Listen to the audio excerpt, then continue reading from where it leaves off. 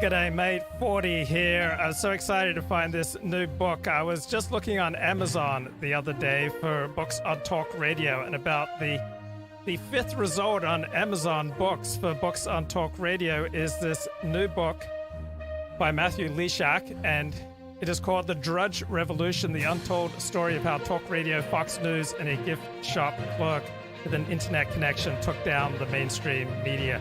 Matthew, this is a great book. There's no fat in this book. There's no surplus in this book. It is just, it's pristine, it's lean, it's mean. Did you have to struggle with your own inner wordiness at any point, or did this come naturally to you? Thank you for having me, Luke.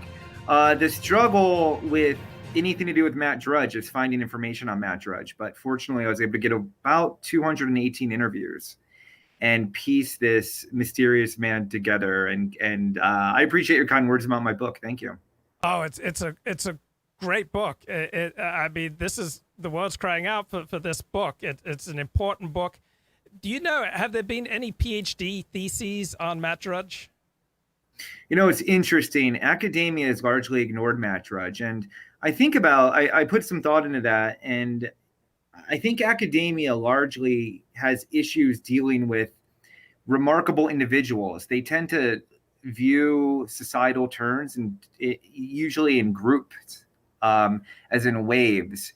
And somebody like Matt, I mean, I think one of the reasons I wanted to write this book was that I had a fear that if I didn't write it and write it now, then eventually Matt would sort of be whitewashed from his very important role in journalism by academics who have, kind of disregarded him. Not just academics, but a lot of the media elite have intentionally overlooked Matt's influence. Right. Now, let's say Matt decided to stop publishing today. He's still the first site that I check online in the morning for news, but now I only check him once a day, and then I go to all my other news sites. I used to check him 10 times a day. If Matt stopped publishing today, how much would he be missed? What kind of gap would be opened up? That's a great question. I think the gap would be more of a novelty. Matt's lost a lot of his power. When you were clicking 10 times a day, at that time I was probably at the New York Daily News, and my editors were clicking 20 times a day, and all editors around the country at every major newspaper was constantly going on the Drudge website. And this wasn't because they had any kind of personal affinity towards Matt Drudge. It was because Matt was first, always, at everything. And if you weren't on the Drudge Report, there was this feeling that you could miss something. And the truth is that Matt's not first anymore. Twitter holds that trophy, and it's not even close. And as his page clicks have gone down, and regardless of what he has recently stated in an email to CNN, his traffic is down substantially. His influence has also come down, which is one of the reasons I was even able to write this book. Initially, I tried to write this book 6 years ago, and at the time, Matt was still too powerful. So as editors became increasingly reliant on online traffic to replace declining print sales as a source of revenue, Matt's importance grew. But evidence of his decline is the fact that I was able to get so many people close to Matt and in Matt's inner sanctum to go on the record and tell the real story about this revolution in media. What can you tell me about Matt Drudge in 2020?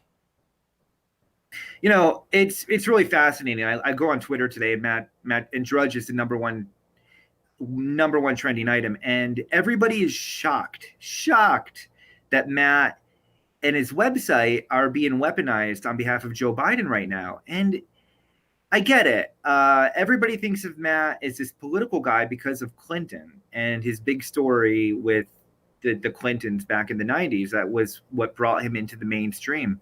But people don't understand is that Matt is not a political guy. That's just not who he is. He is he started his website reporting the Nielsen ratings.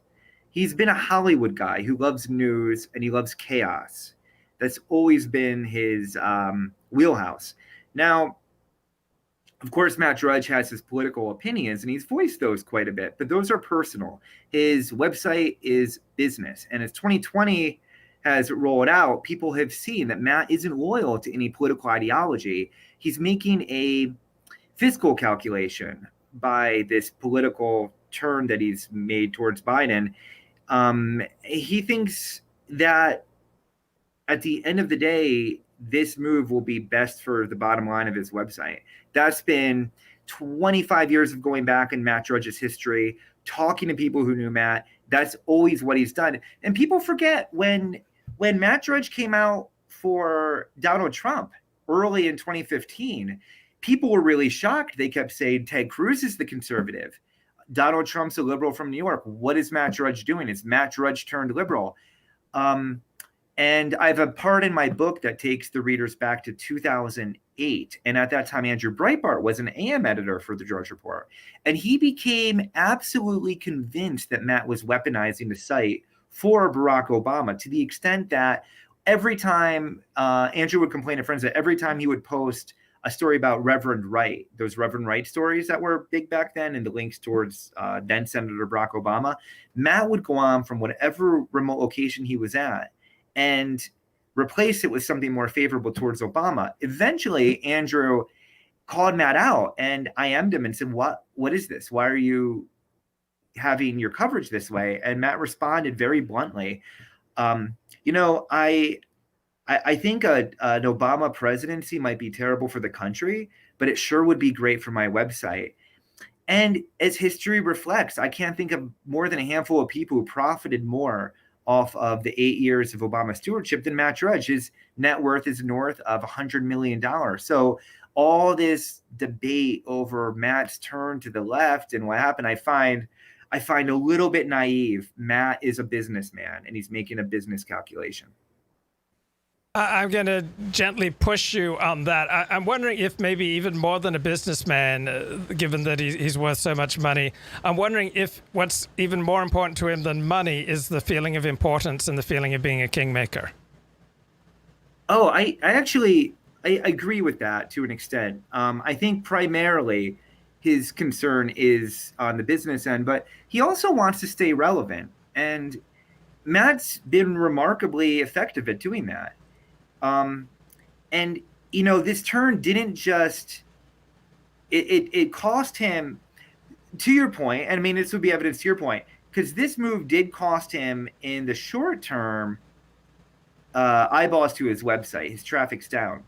But his political relevance, everybody's talking about Matt Drudge again. I mean, as I just said earlier this afternoon, he was trending #1 on Twitter. So one of the things that's really important to Matt is the appearance of independence, that he's not owned by anybody, that he could go any direction. But I mean, I think long-term, history indicates, if history is an indication, long-term, Matt's simply making a business move.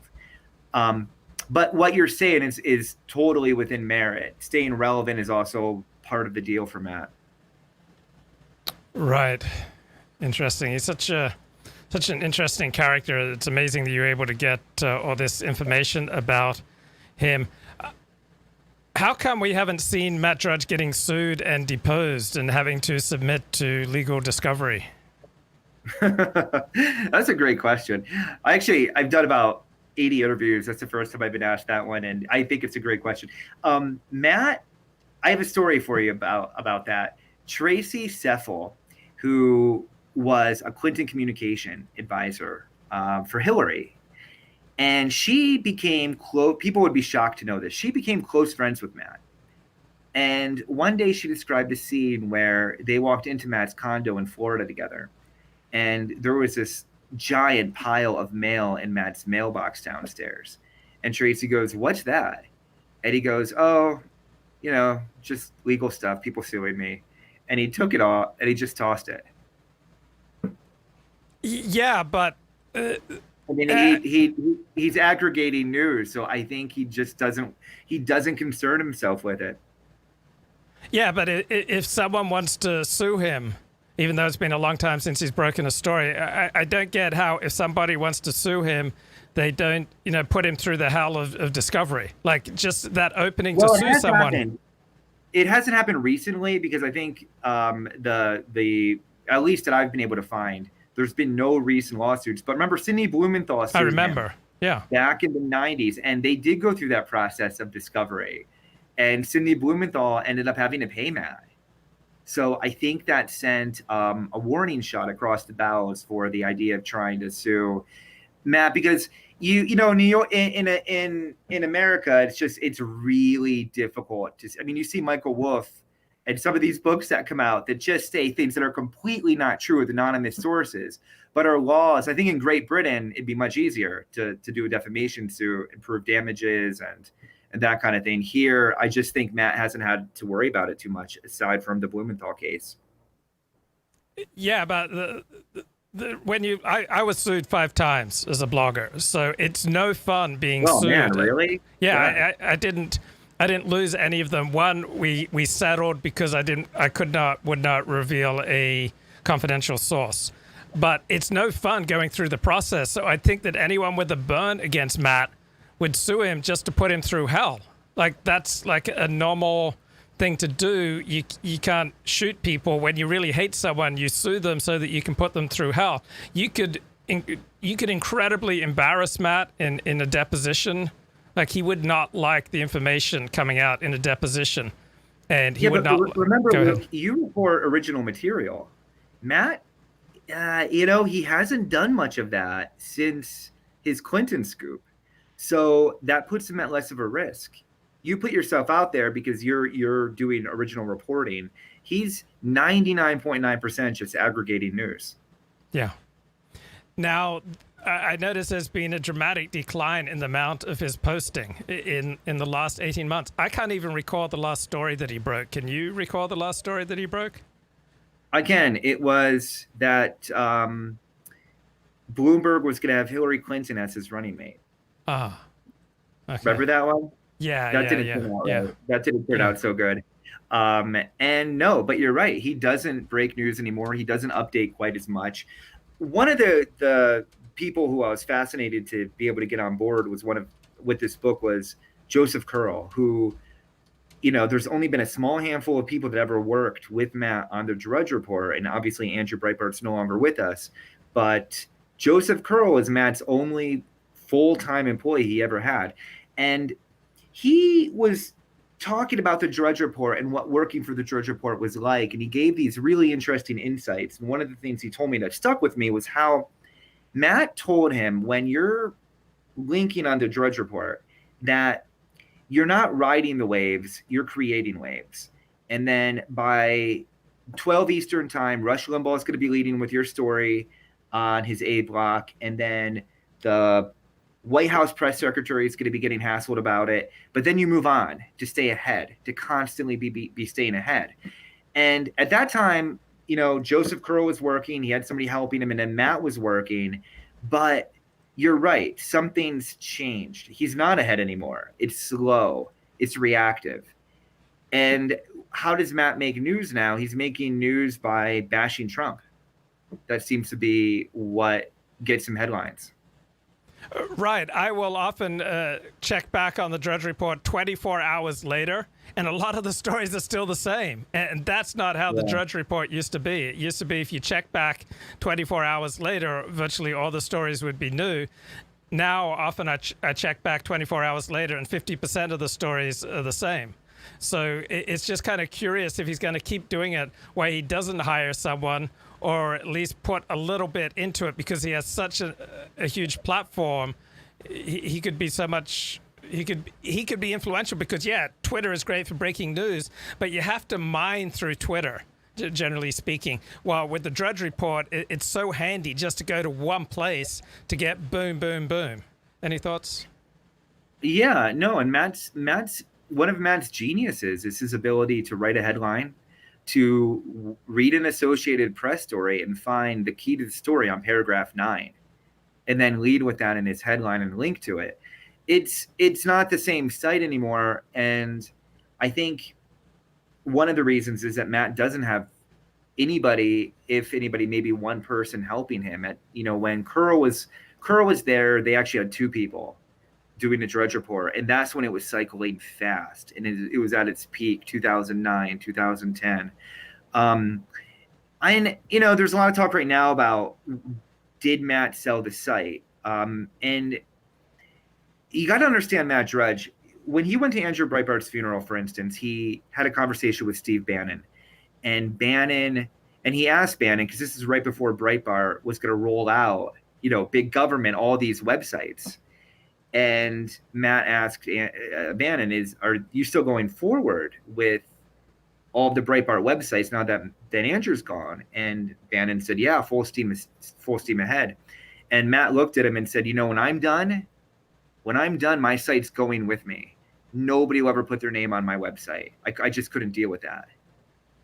And, there's been a few other people he made comments to that effect. So I can't believe, it's really difficult for me to believe that Matt is no longer running the website. There was another scenario where Matt was offered, and I can't tell you the person's name, but it was an NBA owner who most people have heard of. Yeah, we all know who you're talking about, I think. And offered him an obscene amount of money for his website. And once again, Matt was just like, no, I can't imagine my name being run by somebody else. So I find it very difficult. The other thing that gets me is, I don't know if you saw Matt's headline, the Drudge Report headline, when David Pecker from National Enquirer was ousted or left. And it was a classic Matt Drudge headline. And it was clearly Matt Drudge. It was Pecker out. Do you remember the headline on the Drudge Report that day? Yeah.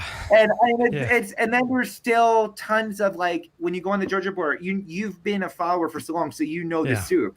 It's chaos. It's like sex robots, weather, and every week there's a story about Locust descending on something because he just has to hit us with the apocalypse.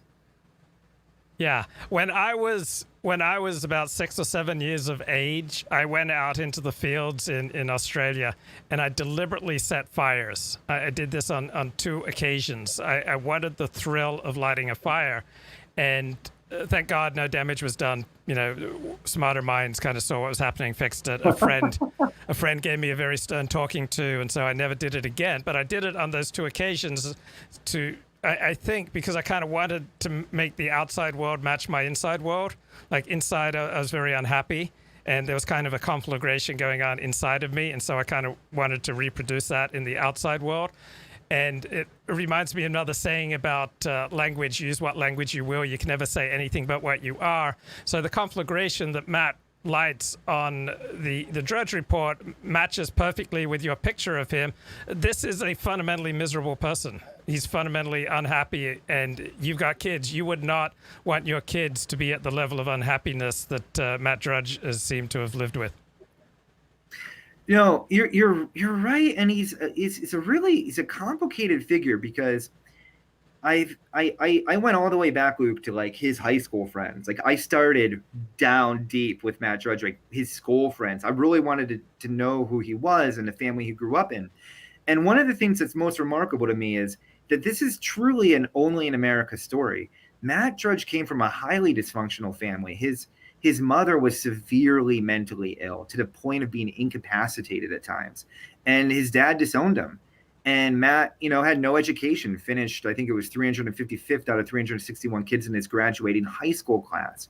But one thing he always had was this intense certainty about himself, this confidence. And you're right. Like, he's complicated and overall miserable, but he also had moments of intense joy and passion. He loved dancing.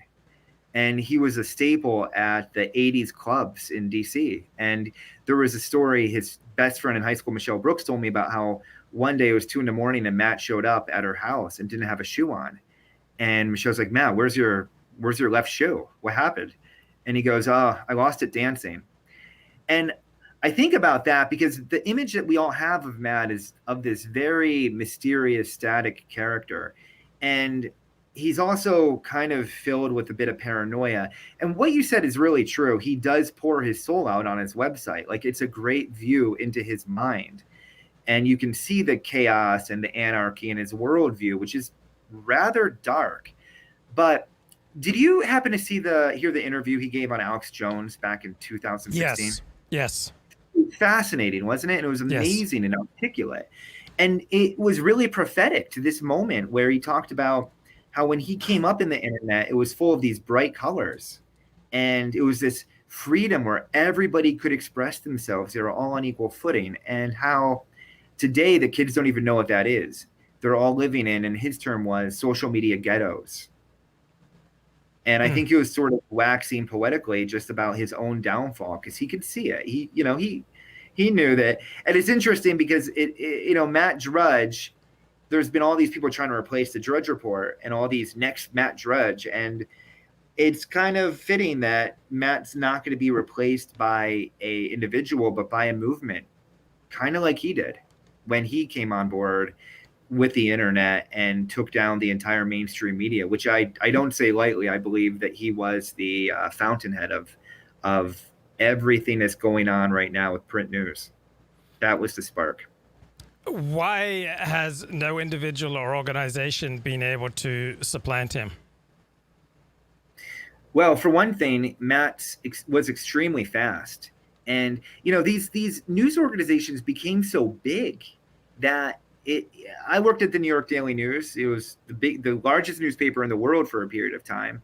And I remember I was there when we were making the turn from print to digital and trying to figure out this. And we would talk, you talk to the editors, and every time they needed to get something approved, it was this like moving the Titanic, they had no flexibility, giant staffs, giant real estates. Matt Drudge is an army of one sitting at his computer on a park bench somewhere at a casino in Vegas while he's playing slots. Or sometimes he has this pimped out Corvette where he has the computer in the console, and he would type while driving, keep updating the site. And he was able to just move like quickly. He didn't have to go through 10 editors. He didn't have to go through legal like we did before we published any kind of controversial story. And I mean, it wasn't just that. He was also Matt Drudge we overused the word genius. I believe Matt Drudge was one of those rare genius types who was able to identify and have the pulse on the country like no one else. Yeah, so let's just run through the qualities that have prevented anyone or any organization supplanting Drudge, because I've been blogging since 1997, and it certainly occurred to me, over the years, let me try to take on Drudge. And I think to myself, well, what I need is like a few highly placed sources who will feed me some blockbuster scoops, and then the site builds its own momentum because people then turn to you for breaking news. But he's fast. He's very fast. He has the absolute minimum of scruples. And he is a genius at spotting like the essence of a story in just a few words, even if it's like in the 17th paragraph. He's a genius at spotting the under news. So what do we want to elaborate on why nobody has been able to come within 1% of what he's done? Well, Matt, you can't underestimate the loyalty of his readers, because when Matt came on board, I go back to this conversation he had with Andrew Breitbart when they first met, when the Drudge Report was just a newsletter being sent out on these early internet talk forums before it even had a website. And they saw this beautiful moment with clarity about how we lived in a country, and at the time, I think it was over 60% of the people, according to Gallup, identified themselves as conservative. Yet the media was run 90% documented were people who donated to Democrat causes. And they just felt very like there was an opening for something else. And when the internet came, that was kind of this great equalizer, because keep in mind, I'm not sure how old you are. When I was a kid, we had ABC, NBC, CBS, and a few editors at a few newspapers who basically worked as gatekeepers for all the information that any of us had access to. So they knew about Kennedy's mistresses. They didn't think it was fit for our consumption. They knew stuff about Reagan they didn't think was fit for our consumption. So when Isikoff did great reporting on this story about an intern and the president of the United States, Michael Isikoff from Newsweek, and the president being Clinton, and Lucy Ann Goldberg hands them the tapes. That is the evidence, and they're sitting in this New York City apartment of Lucy Ann Goldberg's, and she talked to me at length about this, and so did Isikoff for the book. And Isikoff said, you know what, I need more time. Isikoff left to do a TV interview, and Ann Coulter, who was friends with Matt Drudge at the time and was friends with Lucianne Goldberg, said, "I know a guy in this blogger in Los Angeles." And Lucianne kind of knew who Matt Drudge was, but not too well. But Lucianne called Matt Drudge up, gave him the entire story. And the minute Matt Drudge pressed enter, it changed media as we know it, because up until that time, you had these gatekeepers who could hold stories. From that point forward, you can't hold a story. Matt, for that next 2 weeks, was reporting as editors everywhere were trying to figure out how to describe semen on a blue dress to their audience and what to do. Matt just trusted his readers. It was like, guess what? Putting it out there. And you had this readership grow, and look at Matt sort of as this, he marketed himself as this renegade against all the other media, this one man who was going to take on the institutions. And he was marketing himself that to a public who really felt like they were being deserved by their media. And because of that, I think he developed this extremely loyal core audience, which is why I'm a bit taken aback by Matt's boldness right now in throwing that out the window, because I think he did favor Obama, he was very discreet about it. Breitbart knew, and a lot of people were, raising eyebrows about it. But this turn, I think, is going to alienate that base that had a lot of faith in him from the early days, who always looked at him as an alternative to the mainstream media. Now Matt seems more to be echoing the mainstream media. Okay, let's take, theoretically, 100 people with skills similar to Matt Drudge's and give them the first year of Drudge's success after Monica Lewinsky.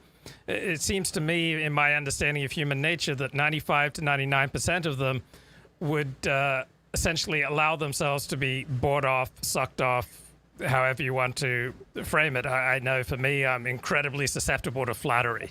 So most people, when they reach a certain level of success, it's incredibly easy to manipulate them, whether it's flattery, it's money, it's social status, or whatever it is. So I think almost everyone who would have had Matt Drudge's level of success would have lost the mojo to keep doing the site, because they would have been bought off by some combination of sex, power, money, fame, status, prestige. And it's kind of amazing that Matt wasn't. It's a great point, and I agree with you. I think that the vast majority of those people, given that situation, 2 years later, it would be full with ads. The design would be changed to make it sleeker, more compatible to video. Matt, one of the genius moves was he kept his website the same. It was a website my grandfather could go on, and which he would. He can go on and navigate the Drudge Report. And I see a lot of these websites popping up, and a lot of them are just, there's too many bells and whistles. It's like, because that's the temptation, to get too cute, to hire some young kid to help you do your website. And I see a lot of the ones popping up now that are the new Drudge Reports. There's some good ones too, but some of them you could tell it's too much video, too much. I like the links. It was a formula that worked for him early on, and I think it was really smart not to change it. But everything has its day. It's like, it looks like I would be shocked if the Drudge Report was around 6 years from now, 5-6 years from now. I mean, you know a lot of journalists, and you know what happens often when journalists get success. They stop doing often the things that made them successful. They lose the work ethic to report, and they find outlets that just want to hear their opinions.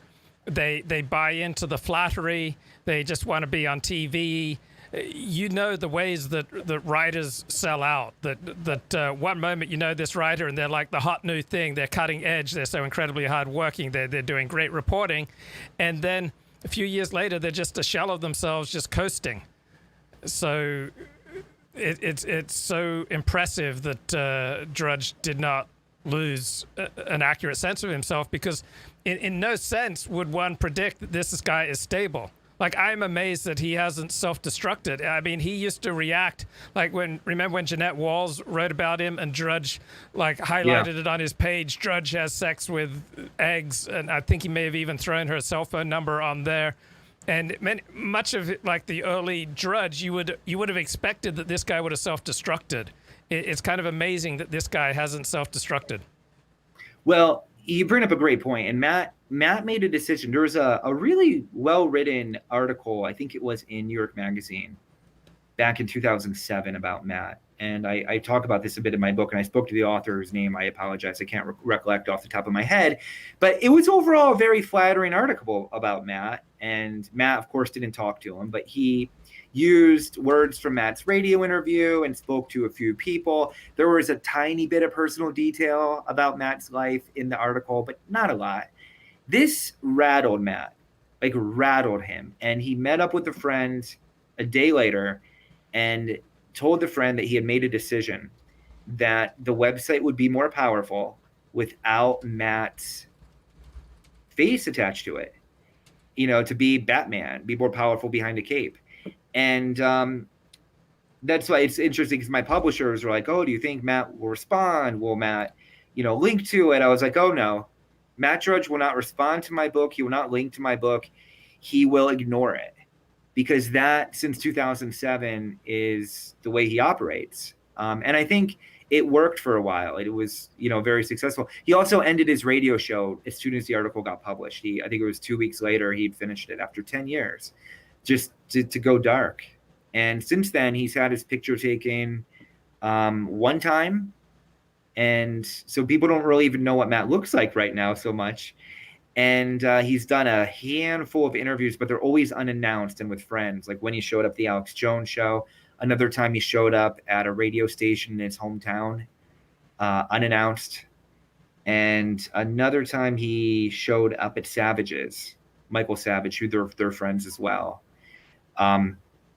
So yeah, it's a complicated man, but I would argue that there isn't a single individual in our generation who's had more influence on the way we consume news than Matt Drudge. Now, I love your book just the way it is. And at the same time, I think one could have written a similar book, but with a thesis statement. I'm really glad that you avoided like psychological, psychobabble with regard to Matt. But it just kind of struck me that one could have written a book about Matt Drudge with essentially the thesis statement, Matt Drudge is a closeted homosexual. And that thesis statement kind of encapsulates everything that you most need to know about Matt Drudge. Because I'm saying this because that's what a 2006 book did. It was called Jonestown by Chris Masters. It's an Australian book. It's about Australia's top talkback radio host, Alan Jones. And essentially the thesis of the book is that Alan Jones is a closeted homosexual. And so Matt Drudge is not thrilled with being public about his homosexuality. So I think that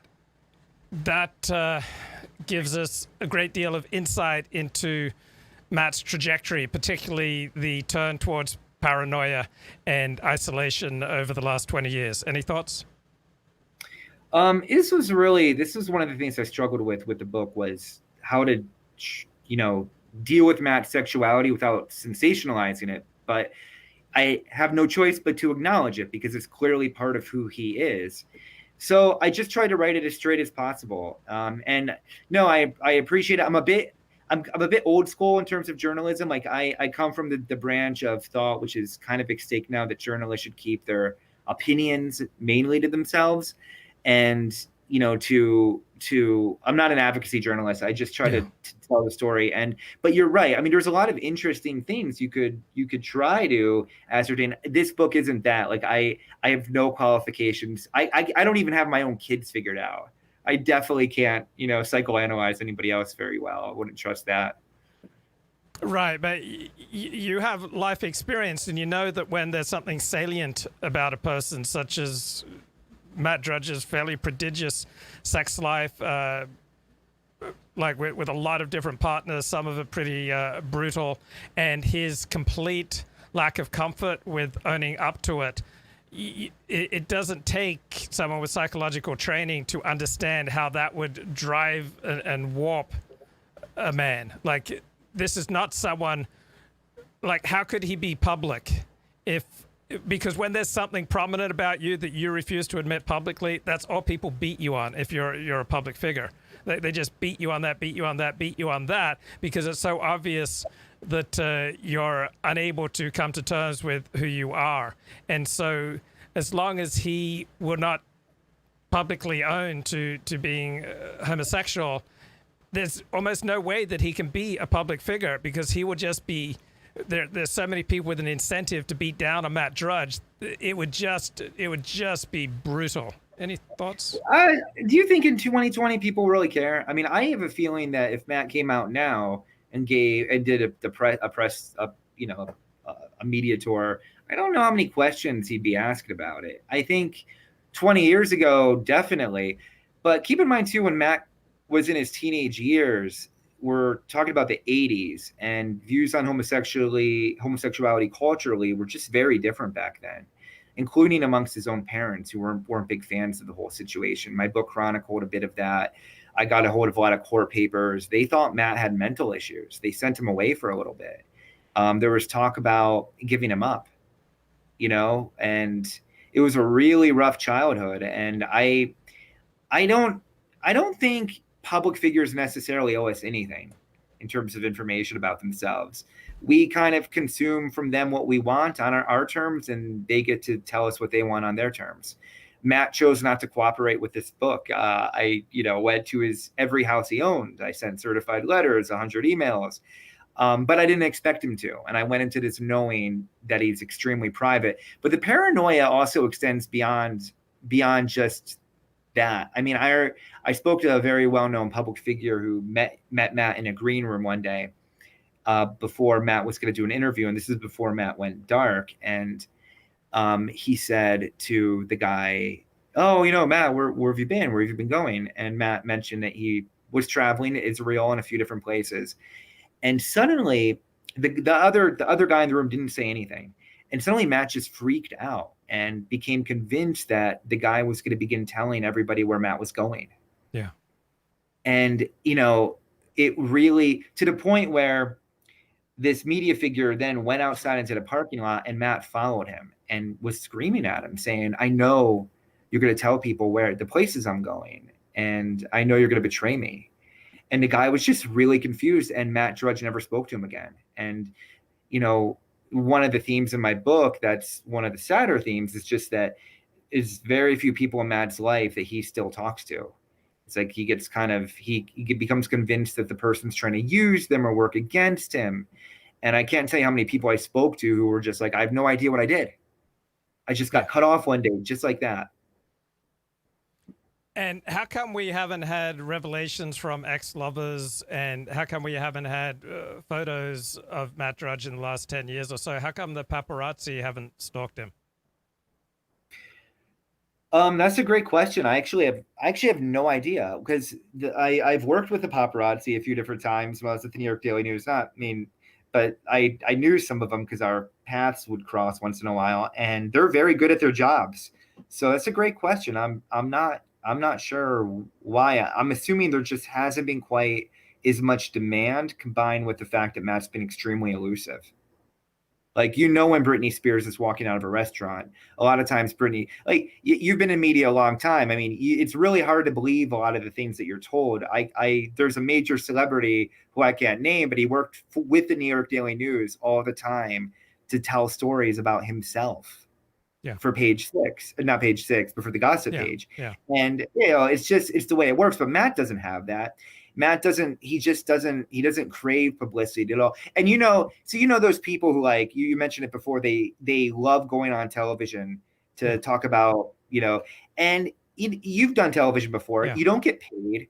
You have to, you get car service 20 minutes to get to the building. Then they're doing makeup on you for 30 minutes. Then you talk for 2 minutes. You get cut off, and then you're off. And it's like, you don't get it. What's the point of it all? And some people get addicted to that. And then there's people like Matt who just sort of feel repulsed by it. Yeah.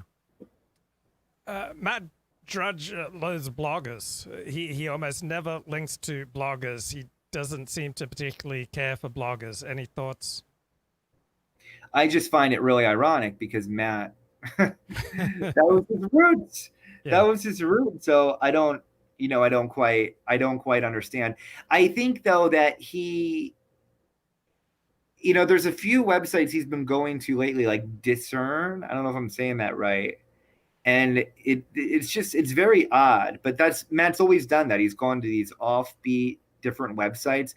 Um, so yeah, I don't have a good answer to that, man. Sorry. I wish I did. Yeah, by the way, I'm 54 and my life is pretty much just like Matt Drudge's, but without the gay sex and with, 1/1000th of the success and the fame. But when I was reading this book, it's like, yeah, that's pretty much my life. I became obsessed with journalism in 8th grade and started working in radio in high school, community access, television, editing my high school and college newspapers, began blogging in 1997, etc. Okay, so Oh, that's great to hear. Like, it's an interesting aside, with the crazy world we live in. I was like that too. I was a journalism nerd as a kid. My daughter, who's 13, is a huge journalism nerd and publishes her own newspaper. And Matt has linked to her a few times, which I found astounding. And she didn't see the significance of being linked to by Matt Drudge, but I was in all of the prospect. It's like, no, Hildy, this is crazy. That's the Drudge Report. He's linking to you. And her response was, what's the Drudge Report? Yeah, I mean, he's playing with you. I mean, it's his way of showing you that he's got power. I remember I started going to psychotherapy because I lost every friend in Los Angeles when I started writing a blog post about Dennis Prager, a radio talk show host who inspired my conversion to Judaism. And so even though I was always inspired by this guy, I always thought in the back of my head, oh, I want to write about him one day. I don't want to just be a fan. And so once I started writing about him, every friend that I had in common with Dennis turned his back on me. And so this was hugely traumatic for me. So I started going to therapy. And so for about a year, I talked quite a bit about my lack of a relationship with Dennis Prager. And I even went to a psychic at one point, and I laid out $1,000 because after my first session with her, I got the only unsolicited email in my life from Dennis Prager. And so I thought, oh, wow, the psychic really works. So anyway, I'm in therapy. I also go to therapy 2 sessions a week. And then after a year, my therapist says, you want to know what I think? And I go, yeah. And she says, well, I think Dennis Prager had such a profound effect on your life. You wanted to show him that you could affect his life. And I immediately recognized the truth of that assertion. And I almost never needed to talk about Dennis Prager in therapy ever again. It was like, boom, sold. So I think he wants to show you that how much of an effect that he can have on your life and kind of give you an incentive. He's like Satan saying, all this could be yours, Matthew, but remember who's Satan here. What do you think? It's a really interesting way to put it. And full disclosure, Matt's speech to the Washington Press Corps in 1999 or 1998, I saw it on C-SPAN Live as a kid, barely out of high school. And it's what influenced me to definitely, I had aspirations of journalism, but hearing Matt tell his story and then take on the media in that, do you remember, do you know what speech I'm talking about? I know exactly. It's 1998. Yeah. And it's one of the things that inspired me to get into journalism, because his story of being able to rise to the top from absolutely nowhere. Again, it's only in America can something like this happen. And he was able to not just we're all sort of playing in Matt's playground right now, and it's coming to an end and things are evolving out of that. But I mean, he got up there and he looked at all these, the Washington Post, New York Times, all the major titans of journalism, and he told them all they're going extinct, that their days are numbered, that it's over. And it was if you go back, and I encourage your audience to go back and give it that C-SPAN interview to the Washington Press Corps, how prophetic it turned out to be. Matt's not the type of guy I'd want checking the engines before the plane takes off. He's close to a nihilist with his lack of regard for the sources of information that he links to and publicizes. Any thoughts? That Matt's a nihilist? Close to it. Like he links to the most disreputable, unreliable, like the Sun, the London Sun, and Infowars, and I don't ever recall him showing any contrition for all the factually inaccurate things that he's published, and even today he really doesn't give that much of a damn about the accuracy of what he links to. So Matt, it's interesting. He identified early on when he first got his computer. His dad bought him a computer after they had reconnected. And one of the things that fascinated him as a newspaper junkie, because Matt was a complete newspaper junkie as a kid and an AM radio junkie, was when he got the internet, he was able to go online and figure out that there were different versions of wire stories for different areas, right? So like, that emphasized different things, and this horrified him because it suddenly he realized that editors could just choose which version of the story, and they would put in their newspaper on their front page, and they could effectively control a narrative that way, and how easy it was to manipulate a narrative. And when you look at Matt's page, that's what your audience should always have in mind. Matt's not linking to stories just because he thinks they're good stories. The whole page is to weave together this narrative of thought. And you and I have talked about it. You feel it instantly. And it's generally one of chaos. And like everything's going to shit. Like, oh God, like what, we might have 8 days left on Earth. The sun's going out. And the coronavirus was like the exact kind of story Matt Drudge lives for. And I don't know if you were shocked that he hyped it so much. And he did. Really pushed it. I was a little shocked. I think I was shocked by how hard he went in for Biden, especially the past week. But yeah, so I don't know if Matt puts as much attention into the people he's linking to as much as the cornucopia he creates, the narrative he tries to control. Yeah, I love. It's still the first place I go for my news in the morning, but I allow my mouse to hover over the link, because if it's to the Sun, I'm not going to click. I'm not going to waste my time. So, am I right? I don't ever recall Matt expressing contrition.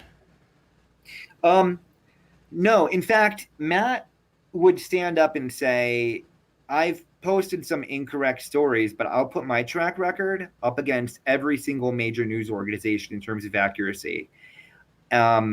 And he one time posted one regret, and that was after the Sidney Blumenthal. That was when a few people called Matt and said, "You don't know how much trouble you're in. You need to post something immediately taking that back about Sidney Blumenthal, the rumor that he was abusing his wife that Matt published on his website." And he did. That was the only time Matt ever had a retraction.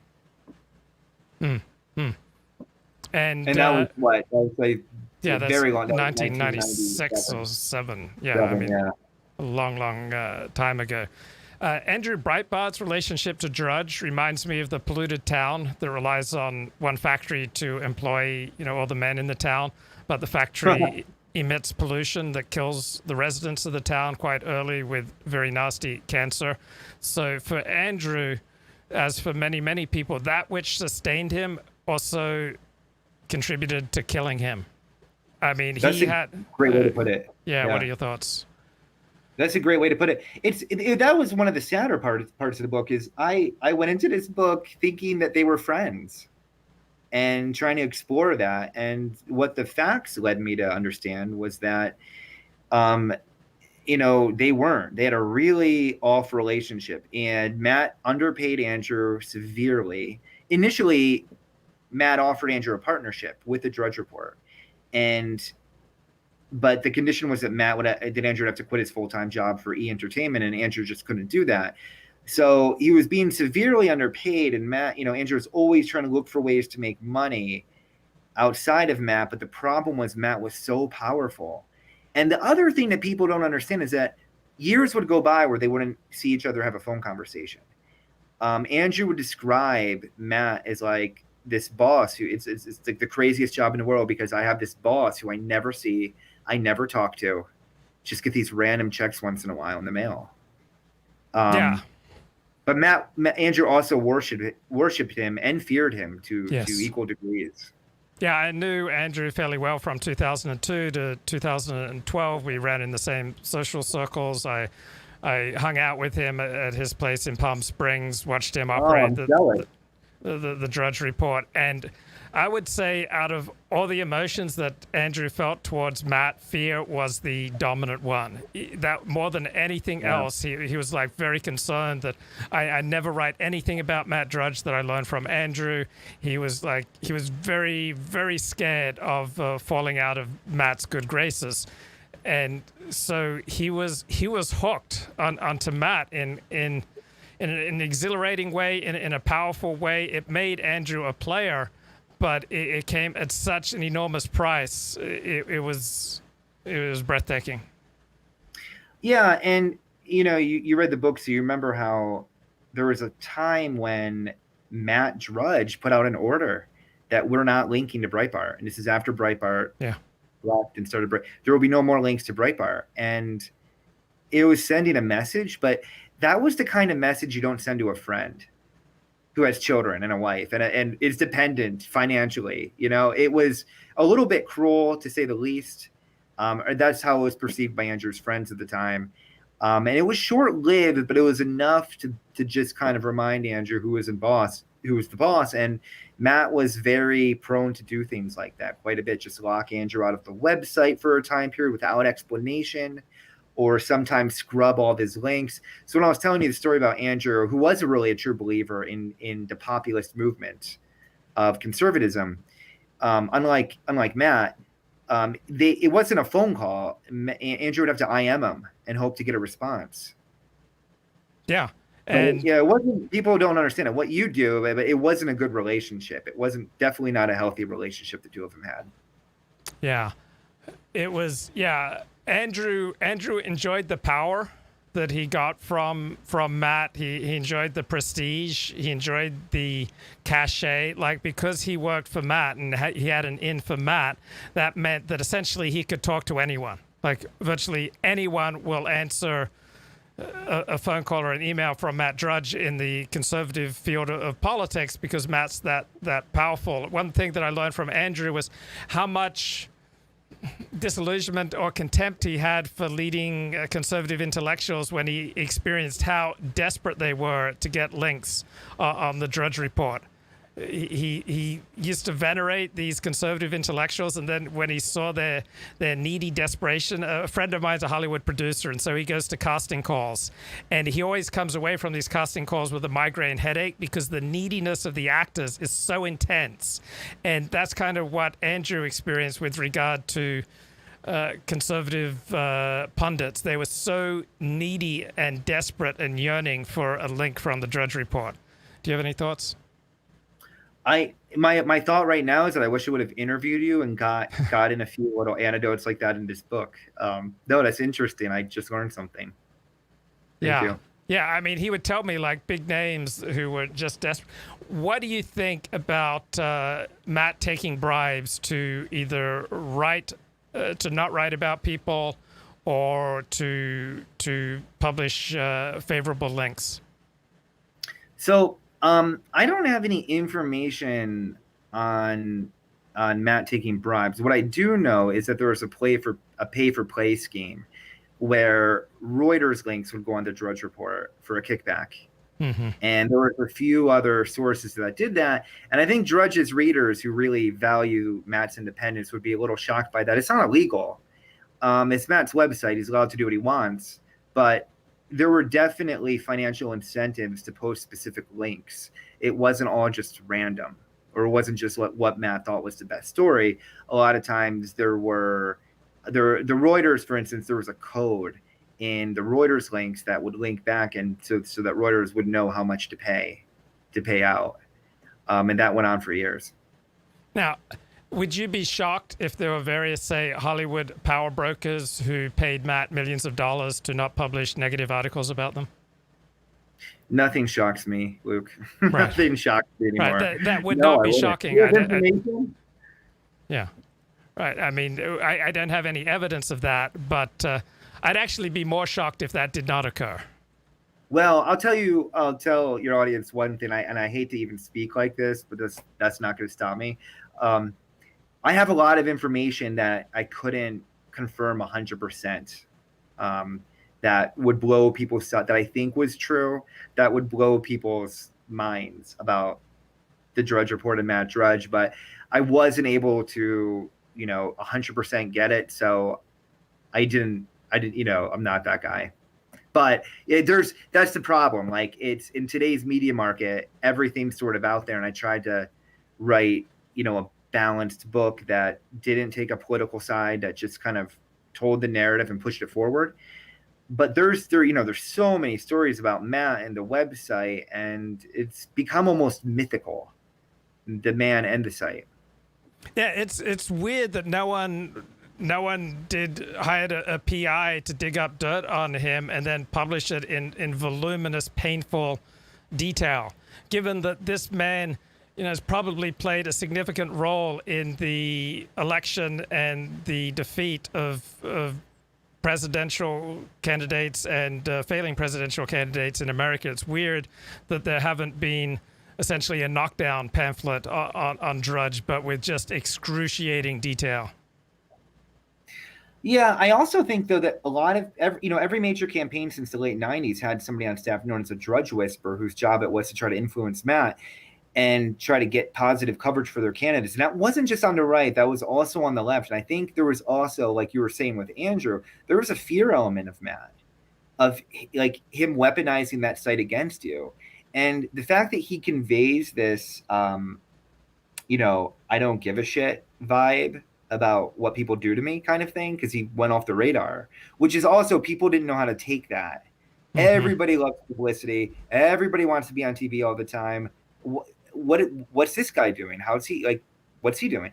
So I think that people constantly, I think one of the reasons that might not have happened if it didn't was that every political party thought they could work Matt Drudge, not just the right. And as we're looking right now with the left, Matt isn't some, political ideologue. And at least he's just trying to do what's best for his site in his mind. One of the dirty secrets of journalism is how much horse trading goes on. It's like, okay, if you give me this, I will not publish this. And so I would also suspect that Drudge has done a ton of horse trading. Any thoughts? I mean, everybody does. I remember at the New York Daily News, we'd have a big story on something, and they'd, it would be an editor decision, and the deal would be, no, we'll give you access to all these different things instead. It wouldn't be money, but it would be, horse trading, which was viewed as somehow as ethical at the time. I'm not sure how that worked, but I wouldn't be surprised with Matt. But the thing that makes me think that there wasn't too much of that was just how reclusive he is. Like, how do you even get a hold of Matt Drudge anymore? You can send him an email. The chances of him answering might be 1 in 2 million. His phone. I mean, speaking as somebody who sent dozens of certified letters and been to his house and called all the numbers, reached out to his friends, the few people who still talks to, it's very, very difficult. Life as I knew it came to an end in December of 1998 when I messed a little bit with David Geffen and Barry Diller, and just a whole bunch of things came down as a result. So I noticed that Matt Drudge hasn't really messed with David Geffen, Barry Diller. Are there any public personalities who you have noticed that Drudge has not messed with? I have to be honest, that wasn't something I was focused on. I don't know. I don't think so. I noticed with Rush, who he was friends with, he took a very soft approach to Rush Limbaugh's not mental illness, to his addiction to Oxy. Right. That was one of the few times I thought that, okay, his personal feelings are getting involved here, because that would have been great page clicks for him. But no, I didn't notice. Did you? Have you? You're a long-time Drudge. Barry Diller and David Geffen have not been smacked around, and people like that with that level of power and expertise in wielding it. I have not noticed Drudge take them on. Interesting. So, yeah, I mean, I just remember my own experience, and I would understand why people would not would not would not go there. Andrew told me about one of the key developments in the Drudge report was that he and Matt learned to hack into websites like the New York Times, etc., to get they got to see stories in process before they were published. And so that's how they got many of their scoops, from essentially hacking into various newspapers online, etc. Did you have anything to add on that? I mean, I heard the same things, but the problem was every person I heard it to heard it from Andrew, and I can't verify it with Andrew, so I didn't feel comfortable printing it. But I've heard it from Andrew. Mentioned that to quite a few people. Yeah. But the New York Times also, they did an investigation into that, and they never released their details, which might tell me something. I think they just changed their security. So Philip Weiss wrote that New York Magazine 2007 essay on Matt Drudge. Are there other writers on Matt Drudge whose work has impressed you? Yeah, definitely. There's a guy, Gabriel Sherman, has done some good work on reporting on Matt. And back in the day, Howard Kurtz used to write. This was before Matt went dark. Howard Kurtz used to write about Matt constantly. And I went through all the old archives of everything Matt ever said in his interviews, and it was a little confusing because Matt will contradict himself about things in his past quite a bit. But Kurtz's work and Gabriel Sherman and Philip Weiss, they had a harder job. They had a similar situation as I do, where they're not talking. Like, Matt's not talking anymore. So trying to get these little tidbits you as a journalist understand how difficult it is. So I respect the work they've done. Yeah. I think something that non-journalists don't understand is how much power people have who are very selective in talking to journalists. Like, as journalists, we love people who are open and return our calls. But on the other hand, we don't get as excited about them. And it's like, oh, of course, that guy will talk to anyone. But when there's a recluse, like, who was that guy who ran Gawker? Nick Denton. Okay, he did not answer most journalistic requests, maybe 5%. And so when you got a response from Nick Denton, it was like, yes. And so it gives a person a lot more power. And so Drudge learned how to exercise his power by precisely going dark when so many people just love to overflow. Exactly. I mean, if Matt puts out a tweet today about anything, it will be generated into 150 news stories. Yeah. That's power. Where has Drudge lived in the past 10 years? He's interesting. He moves around so much. One of the more interesting things I found out about Matt was he spends a lot of time in Vegas casinos, and he gambles. He's a big gambler, spends a lot of time at the slot machines, and he also travels to Australia once in a while, Poland, Israel, Tel Aviv in particular. And he has a house in Phoenix and a house in Florida. Out of any presidential election, which one do you think Drudge has had the most effect on? I think, this is a great question. I think it was the 2016 election. I think that without Ted Cruz will tell you that without Matt Drudge, that there would be no Donald Trump in the general election. Matt Drudge sent this message to conservatives that Trump was okay. And you can't underestimate the power of that. And it was so blatant a push that it made Trump feel like a real candidate. I mean, when Trump came down to escalator, I think a lot of conservatives didn't regard him seriously. But Drudge changed that. And because the conservative general was so crowded with a lot of great candidates,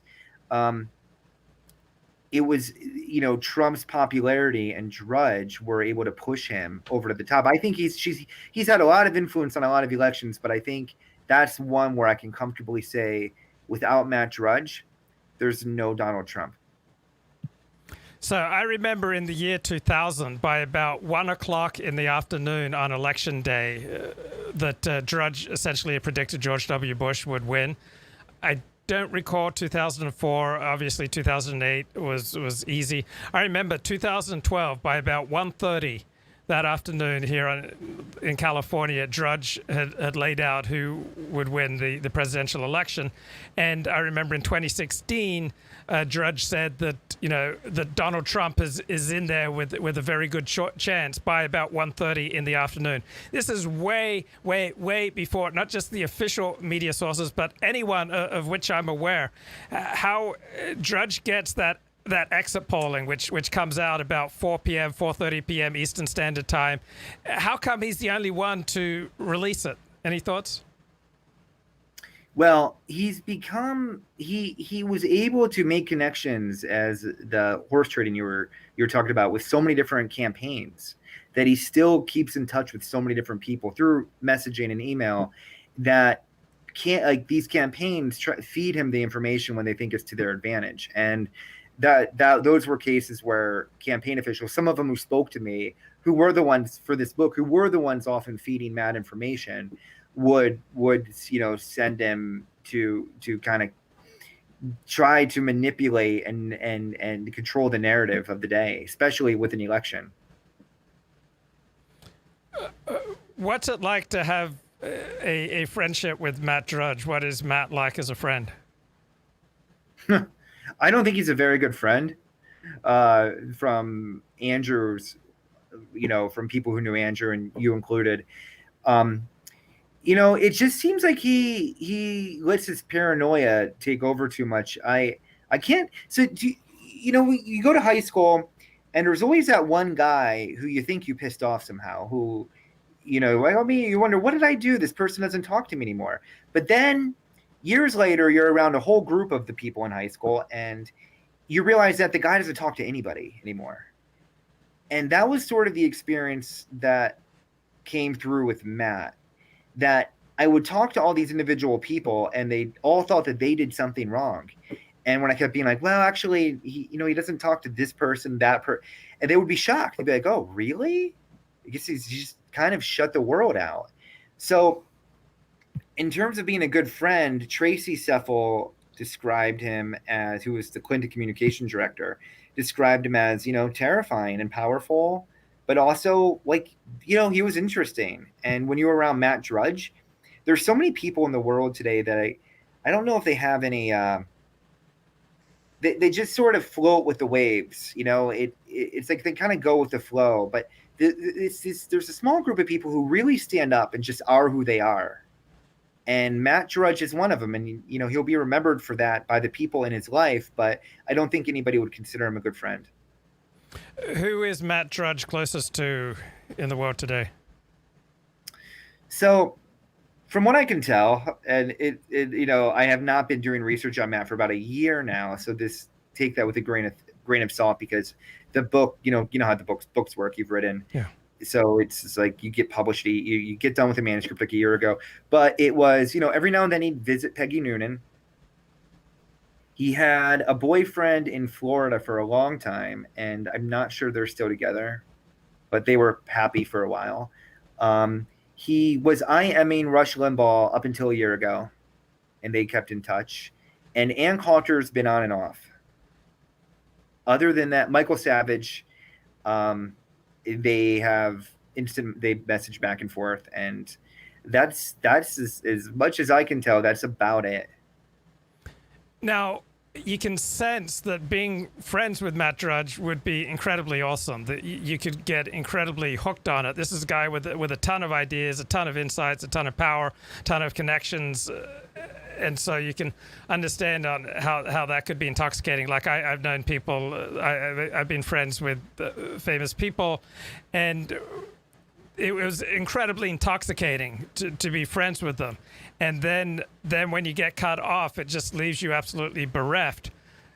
So I can understand, how much people would have, probably enjoyed being friends with Matt. I'm sure that those people you interviewed who had a friendly relationship with Matt for a while just found it unlike anything else they had experienced.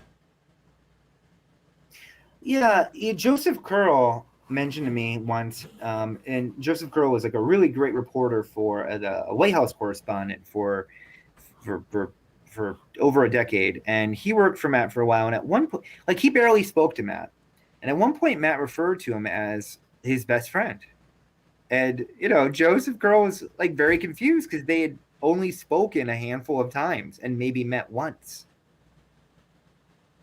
And it was just being a friend with Matt being a friend with anybody is a complicated process. We're all humans. Being friends with Matt was on a completely different level. And is Matt's father still alive? He is. And do you know anything about Matt's relationship with his father over the past 10, 20 years? Yeah, they've rekindled their relationship, and Robert Drudge is, living in Ocean City, Maryland, last time I checked, and he ran Ref Desk. You remember that website? Mm-hmm. That was his. He started it, so it kind of ran in the family. Interestingly, Matt wouldn't link to it for the longest time with the Drudge Report, but sometimes now Bob will call Matt up with a news story that he thinks that maybe Matt didn't see, and give him tips to. So they have a good relationship now. Matt's mother is not doing so well. She's in a nursing home in Maryland. And they have not had much of a relationship over the past 20 years. According to staff at the nursing home, it doesn't sound like they see each other all that much. Right. Now, normally when you're a powerful person, people look for your weak points to take you down, and if for some reason they can't really get to those, they look to hurt the people who are close to you. So has that happened to Drudge? Not that I can tell, but it might be because Matt is rarely close to anybody. Yeah. Because normally if Matt was a normal person, people who were pissed off at the Drudge Report and they couldn't get to Matt, they would go after his friends and family. That's how the world works. So perhaps that's been a factor in Drudge isolating himself. If only he would have talked. Yeah. Oh, Drudge in his spare time. We know he likes to gamble. We know he likes dance music. And we know he's surfing the web. What else do we know about how Drudge spends his spare time? And how much is there? Yeah. He loves his cats, and he loves to travel. So part of me isn't so sure that he is. I go back and forth on whether Matt's really miserable or if he comes off as miserable, or I don't know. It's interesting because he does travel a lot, and he could talk about his cats for hours. And he gambles, and he just. He's a complicated man, but I don't know, aside from news, like when he's been working on the Drudge Report for 25 years. What is it? 25 years now? And he has some back issues. Like it's taken an effect on his health, being hunched over a computer for this amount of time. And was writing this book, what was the most difficult part of it?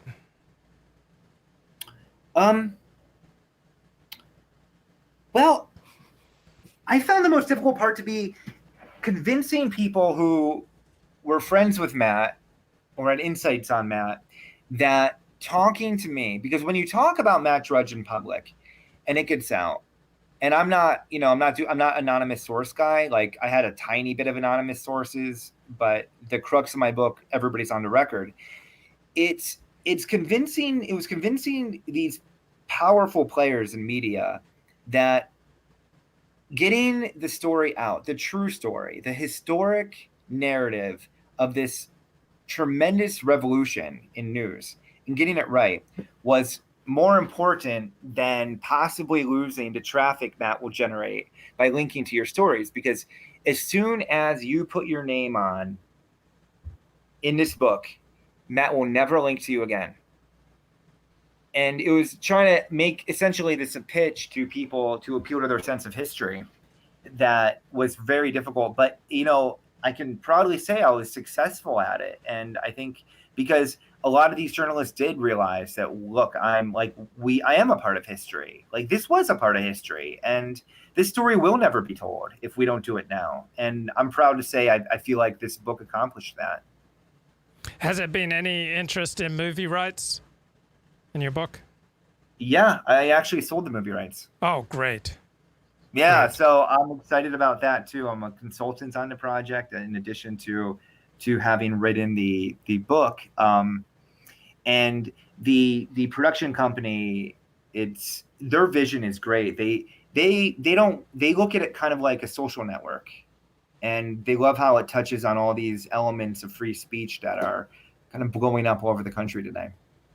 One thing I disagree with in the book is a comment by someone who knew Andrew, and that person said something to the effect that Andrew started flying off the handle in his final months or final years. The Andrew that I knew was always on the verge of flying off the handle.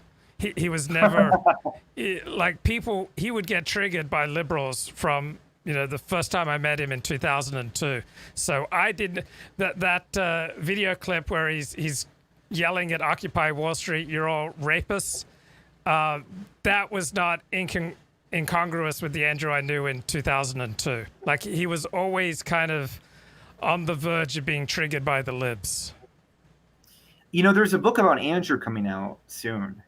I think in a few months, and that's going to be interesting to read the perspective on him, because he, I think, is an underrated character in this revolution, and what he brought to the table and how he changed the medium too. I think people too often look past. What are some of the most interesting reactions you've received to this book? One of the things that makes me feel good is I've gotten some hate from both sides of the political aisle, which, makes me feel good. But I think one of the strangest interview questions I got was somebody led an interview asking me why I focused this entire book on Matt's sexuality. And I was that's just stupid. Did you read the book? No. And no, it wasn't. It was like, I think, the producer gives him cliff notes. And Yeah. so I had to, that was probably the strangest reaction. But the reaction overall has been highly positive. I think, and it was really timely because, I didn't know when I wrote this book that the interest in Matt would increase like it has. Like, the intrigue over Matt Drudge has escalated as he's done this political 180. So the timing's been great too. But I got to be honest, man, I've been fascinated by him. And the reason I wrote the book wasn't really to educate the public or do anybody any good. It was just because I wanted to know the story. And I wanted my daughter to know the story, the real story. And I was able to I feel proud that I was able to accomplish that. Yeah, there's no ideological axe to grind in your book. It's just telling it straight down the middle. I think my favorite interview that you've given was to John Ziegler, who was also a source in your book. Any thoughts on John? Oh no, John's great. And yeah, I always love, even talking to you and talking to John and people and Tucker Carlson and talking to these people who were part of this early revolution in media, because I wasn't there. I was a little before my time, but I am fascinated by this early period when Andrew and Ann Coulter and Kellyanne Conway, George Conway, all these characters are coalescing with this early internet. And John was right there with Andrew Breitbart, and I know you were back then, and it just seemed like a fascinating time that I wish I could have been a part of. And writing this book gave me the ability to kind of taste it a little bit. It killed me that your interview with Tucker Carlson got cut off by technical problems. Oh man, right? It's like and Tucker's been great, but little did I know it worked out. I had all these people constantly thinking that the show cut cut me off because of what I was saying, which is completely not true. The people at the studio were incompetent and didn't know how to, I wouldn't trust them to hook up Wi-Fi to an Amazon Echo because, it was a technical issue. But, I was driving home and then I see all this news breaking. I thought what Tucker said to lead into me was extremely obvious, that Matt Drudge is now a man of the progressive left. I didn't know that would make news, but it did. And it went viral, which was great for my book. So I think being cut off because, God, I'm not necessarily a face for television. So being cut off might have been a great thing for me at the end of the day. Now, do you have some tasty nuggets that you may be publishing in the future, like follow-up articles? Because I would assume when you publish a book, you tend to hear from people that you may not have heard from already. So perhaps you might have some articles coming down the pike on Matt Drudge. I don't have anything right now off the top. I actually moved on to my next project, but I'm open to doing more articles on Matt, and I have gotten some more information. Some of it, I'm considering, but my family's had me kind of immersed into Drudge world for 2 years now, so I think I'm trying also to give a break and do more family stuff for a few weeks, or maybe even months if I can square that. Yeah, I could understand that. The least favorite part of journalism for many journalists is trying to persuade people to talk to you. It's just it really takes it out of you. It's like being in a boxing ring and just getting hit. So sometimes you feel like you're on a street corner, and it's like, please, sir, please. Yes. Talk to me, sir. And it's a little, and we all have dignity, and it's a little like every now and then you have to swallow it and just kind of like make your case in a pleading way. And even for people that aren't that important for the book, I would do that because you never know, the old Robert Novak axiom, which was like, you always just ask the question, and then you ask the next one, and then you ask the next one, because you never know what an interview could bring. Even people who seem relatively unimportant. And there's been a few interviews where I thought, this guy won't bring much to the table. And then I'm shocked. It's like, wow, okay, that was great. Yeah. I would always, to overcome that, I would just send out like faxed interview requests by the dozens. Just, so the ones that would dribble back, I just do the interviews because you never know when someone's going to give you gold. In part, it's a numbers game. Okay. Yeah, that's true. Is there anything you'd like to add that we haven't covered? Luke, I want people to realize that Matt, they might have their political inclinations of Matt Drudge, but there's a historical view of Matt that can't be overlooked. And he was tremendously important to not just the way, opening up the field to thousands of bloggers and websites and internet news, but the movement in populist news was something that none of us really saw coming. At least when I go back to the articles of Nexus Lexus, I couldn't find a lot of people pushing that.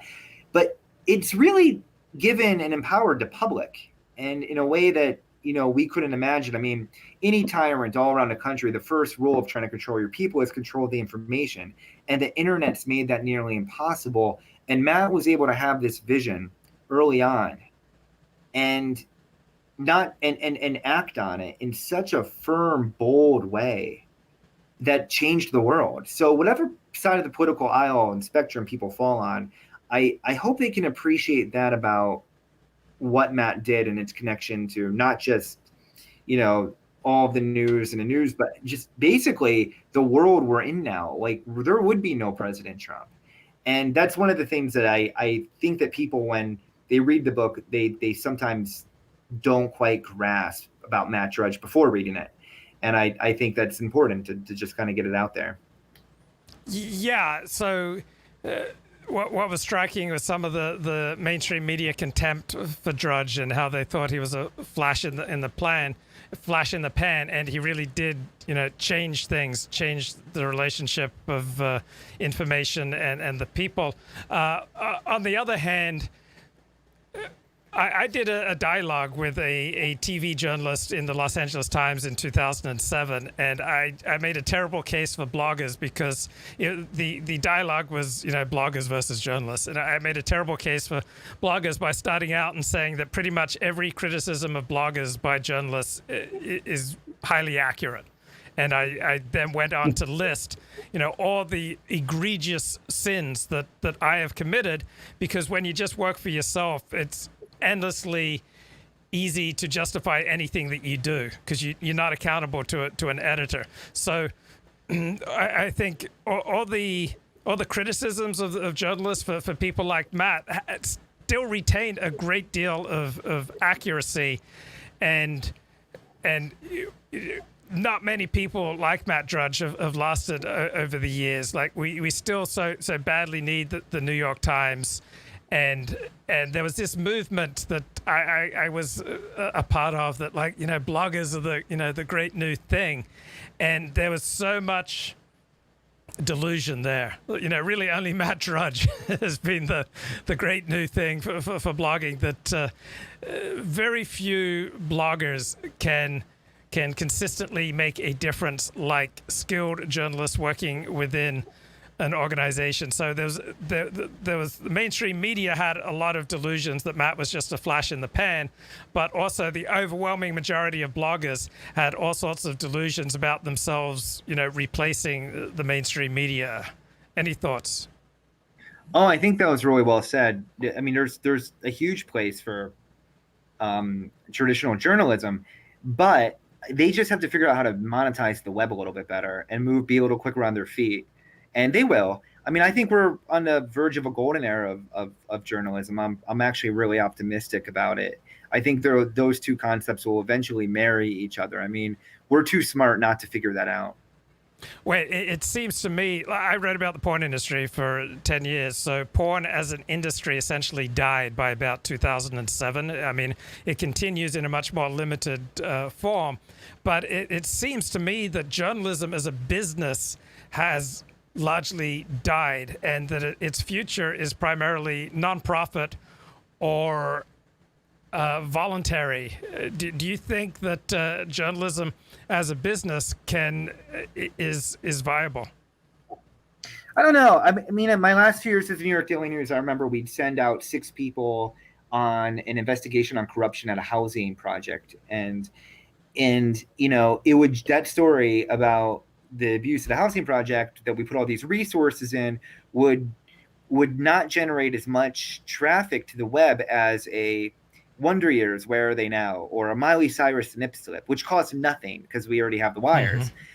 And, it's an issue that they're going to have to overcome. But I think people will, and I think people will pay for good journalism and exclusives. And I think a lot of these newspapers that depend too much on aggregation, and newspapers do it too in terms of the wires, or just reprinting the same stories. I think people are I think it might break things back down. I at least hope it does, back to local journalism, a period where people crave original reporting, like old school door knocks. I mean, what happened to those? I guess coronavirus eliminated that right now, but that was the bread and butter of journalism when I grew up, was you knock on someone's door, you introduce yourself, and you make your case for being welcome into their house. I've often had the fantasy that I would become the editor of the Los Angeles Times or the New York Times, and it's one of my cleaner fantasies. And in my fantasy, I sit down with the staff and I say, what if we operated this newspaper according to what the readers want? Because certainly in the United States, virtually no major newspaper provides stories according to what the readers want. It's overwhelmingly what the journalists want to do. They don't really respond much to the demand. And so I've always been incredibly stimulated by the idea of having a staff, having resources, and then sitting down, having a conversation around what would this newspaper look like if we operated it on the basis of what people want to read. Any thoughts? Oh, that's a great point. Yeah, and you're right. I don't think traditional newspapers do that enough. Websites do. Like that's where bloggers have an instant advantage. I think they do quickly realize what stories the public wants and what they don't, and they gear their stories towards that. But I mean, I think they'll figure it out. I do. I think there's a place for both. It's a big world, and there's never been more of a demand for information than right now. And back in the day when cities had 10 newspapers, well, now everybody has a screen in their hand all the time, which can give us the news. But if you can figure out a way to monetize that efficiently, then you're much smarter than me, because I don't know what that's going to look like, but I think eventually they'll figure it out. Another thing I think that would make it a great newspaper or equivalent is publishing what journalists talk about. Because what journalists produce and what they talk about with each other is so very different. I remember in 2007, I was getting interviewed by a columnist for the Los Angeles Daily News.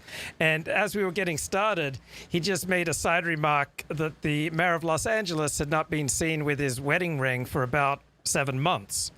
And so I noted that.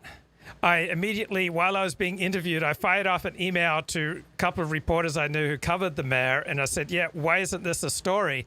And then about 15 minutes after, they got back to me, and after 15 minutes after this guy just giving this to me as an aside, I published on my blog, what's up with the mayor's marriage? And it turned out to be the #1 story in California that year, because there's such, there is such an enormous discrepancy between what reporters talk about amongst themselves and then what they publish. So I've got to think there's this huge unmet need. And I'll just give you one more illustration. The day that Kennedy was shot, Tom Wolfe went around various parts of New York, and in every part of New York, they blamed their least favorite out-group for the assassination. So the Jews blamed the Arabs blamed the Jews, the blacks blamed the whites blamed the communists, whatever. It's like everyone had an out-group that they blamed for the assassination. But it's a great story. But Tom Wolfe's editors, and this was the New York Herald Tribune, a great newspaper, they wouldn't publish it because it was just like the wrong emotional tone. So I think that a news organization that had the balls to publish what people really say, as opposed to the sanitized version of what we publish in polite journalism, and a news organization that published much more of how journalists talk to each other in private, would just be stunning, and it would have much of the energy of the old Drudge Report. Any thoughts? I agree 100%. You lead, Luke. I'll follow that template any day. I mean, how we talk. I mean, it's completely different from what we put out there. And for some politicians, we cover up their sexual peccadillos. It's like no journalist wanted to break the story about the mayor of LA's, marriage dissolving. It was too icky or dirty to them. It's just, I don't know, fascinating. Okay, it's great to talk to you, Matthew. Any final words? I just really appreciate you having me on, Luke. I found this conversation really stimulating and insightful for me as well, because you're so knowledgeable on Andrew and the subject. So thank you for having me on. Thank you so much, Matthew, and strongly recommend Matthew's book. It's great. It's on Amazon, of course. The Drudge Revolution, the untold story of how talk radio, Fox News, and a gift shop clerk with an internet connection took down the mainstream media. And one thing that I love about this book, of course, is that it's very it's very much my own story, without the gay sex and without the success and the money, without the fame. So, and also I know so many of the people in here. I know Jerry Lazar, who wrote an early profile of. Oh, Jerry was great. I spoke to him quite a bit. Yeah, and I know Jeffrey Wells, who was, friendly. That's an interesting story. Jeffrey Wells, he was friendly with Matt Drudge. It ended in something like 1998. But for years afterwards, for at least 6 years afterwards, Drudge kept up a link to Jeffrey Wells' website on the Drudge Report. Yeah, and they went to see Titanic together, and then they both cried in the rain afterwards. Yeah.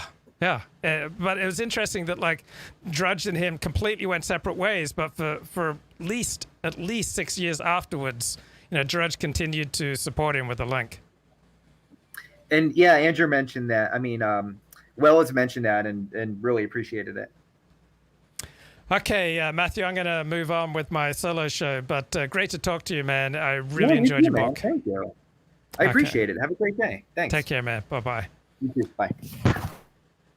Okay, let's get a little bit from Fred Luskin, my new favorite Looking at academic. Let's have learn both about the power of forgiveness, guys. changed and accommodated in a rather quick period of time. Um, the talks that I've been giving over the last, I'm going to say 10 weeks to a good number of corporate sites and for a good number of Stanford sites is like, what does this mean? And how do we like maximize our adaptation if that's possible? And what does it mean for us to cope with a pretty quick and difficult change? One of the challenges we face, and this is just on a conceptual level, is the medical model that has dominated the information that we get about this virus has both been helpful and not that helpful at the same time for our adaptation and coping. And it's a challenge that we all face. So the medical solution and the medical information, which has been like front and center that we have had to deal with or even chose to deal with, is to keep distance from people, to be very careful about anybody who has any kind of illness or any kind of threat to you, but it's created by people who are like experts in epidemiology and viruses, but not necessarily experts in full human coping and adaptation. And so everybody's aware of there's a misconnect in that these are people who are absolutely first-rate thinkers about one part of this experience we're going through, which is how to make sure that we're physically safe, that we don't get sick, that we don't infect other people, that we don't hurt people. And that's essential. But it's limited in terms of the full human experience and limited in terms of full human thriving. And there's a cultural and a personal cost that we're all paying. And it's not just from the virus.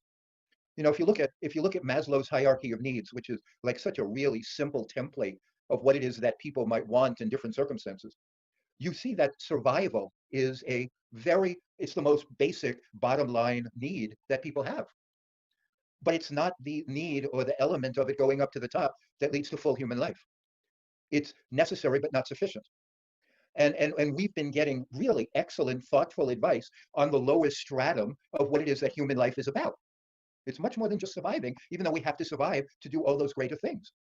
But when we're told almost relentlessly about how much threat there is and to keep distance from people, and at some level not to trust them and to be frightened of them, even though some of the warnings turned out not to have been as accurate as may have hoped, there's now some sense that being outside may not be as much of a risk, or that touching things may not be as much of a risk.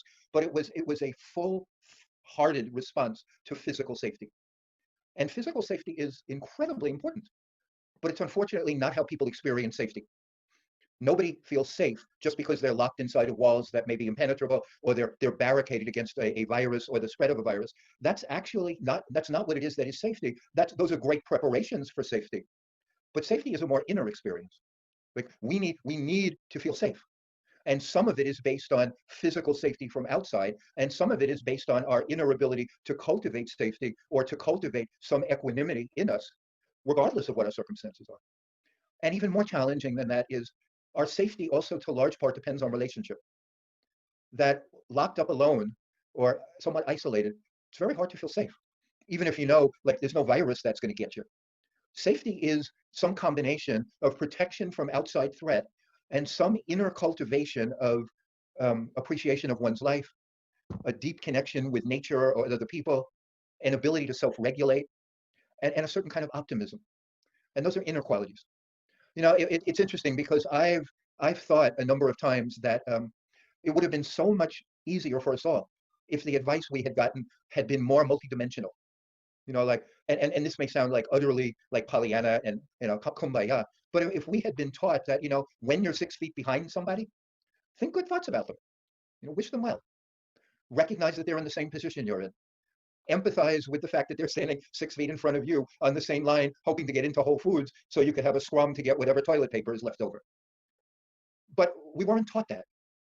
And we were given almost no instruction in the higher parts of Maslow's hierarchy. We've been left alone in that. And I'm not sure that that's been good for us. I'm not sure that this neglect of inner safety and this minimization of inner safety has been in all of our best interests. A more comprehensive response, I think, would have spared some people some strain. So you think about this, like, what does it mean in difficult times to cultivate some degree of sanity and safety? Well, the first thing is to recognize the shared nature of this as best we can. You know, the threat parts of our nervous system, like the scared, anxious, even our default network, which has us when we're doing nothing else, simply thinking of all the things that can go wrong in our lives. That's what happens when we sit by ourselves for a few minutes. We cultivate awareness of what are the things that are a threat to us. And all of those kind of conceptions are that we're alone. You know, that it's us against a difficult, hostile, indifferent universe. And that is actually both a creator and a byproduct of stress chemicals.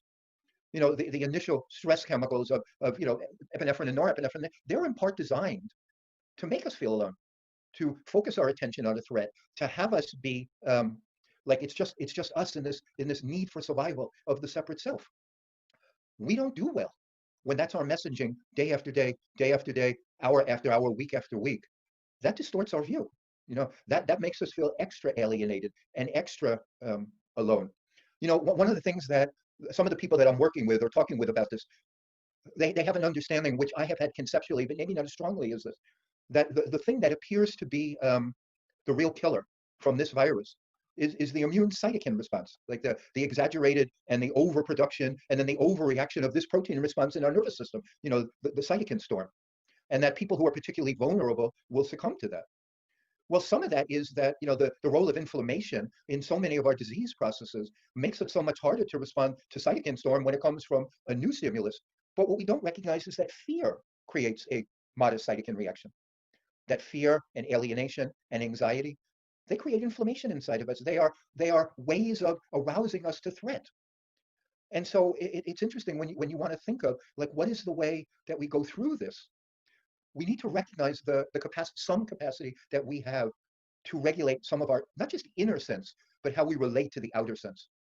You know, I have a friend of mine that I was walking with, and I think he told me that he was in a Costco, and that this was probably a month ago at the height of the, you know, everybody was rattled as can be, legitimately so.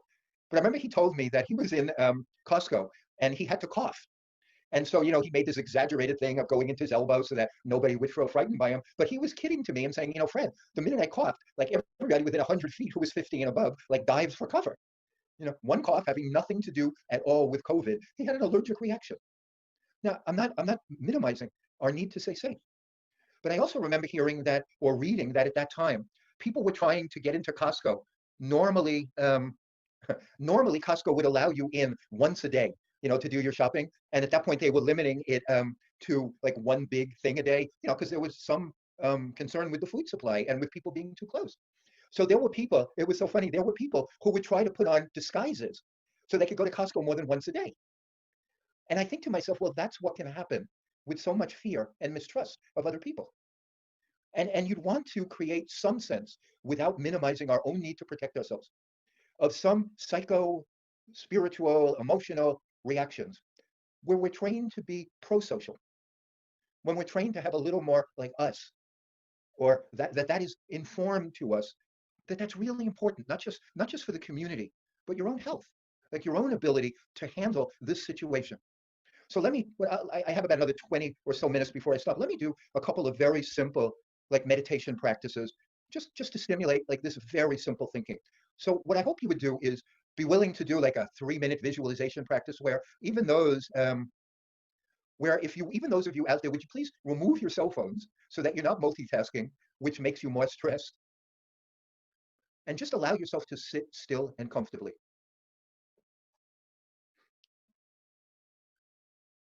Like there is something about the human nervous system that needs to know it can be safe. And our fear and our cultures and our training remind us too often that it's just from outside. So we want to remind ourselves also that it's from inside. Very simple. But if you would just bring your attention inward a little bit and just allow yourself to relax just a bit. So listening to this guy, it's helped me bring everything together, what I stand for. I stand for trying to create a world where people can feel safe.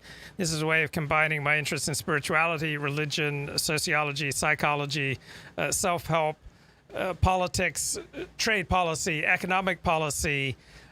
What kind of civil rights should people have? What's more important, freedom of association or civil rights. So this kind of all brings it together for me in the phrase of the Christian psychiatrist, his famous book, A Place for You. We all need a place to feel safe.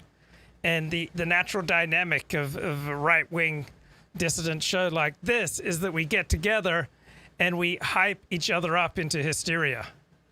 I mean, that's without taking active steps against it. That's what this space incentivizes. We get together and we hype the dangers. It's like, oh, did you see that guy? He was just walking down the street and a jogger came by and just punched him in the back of the head and now he's dead.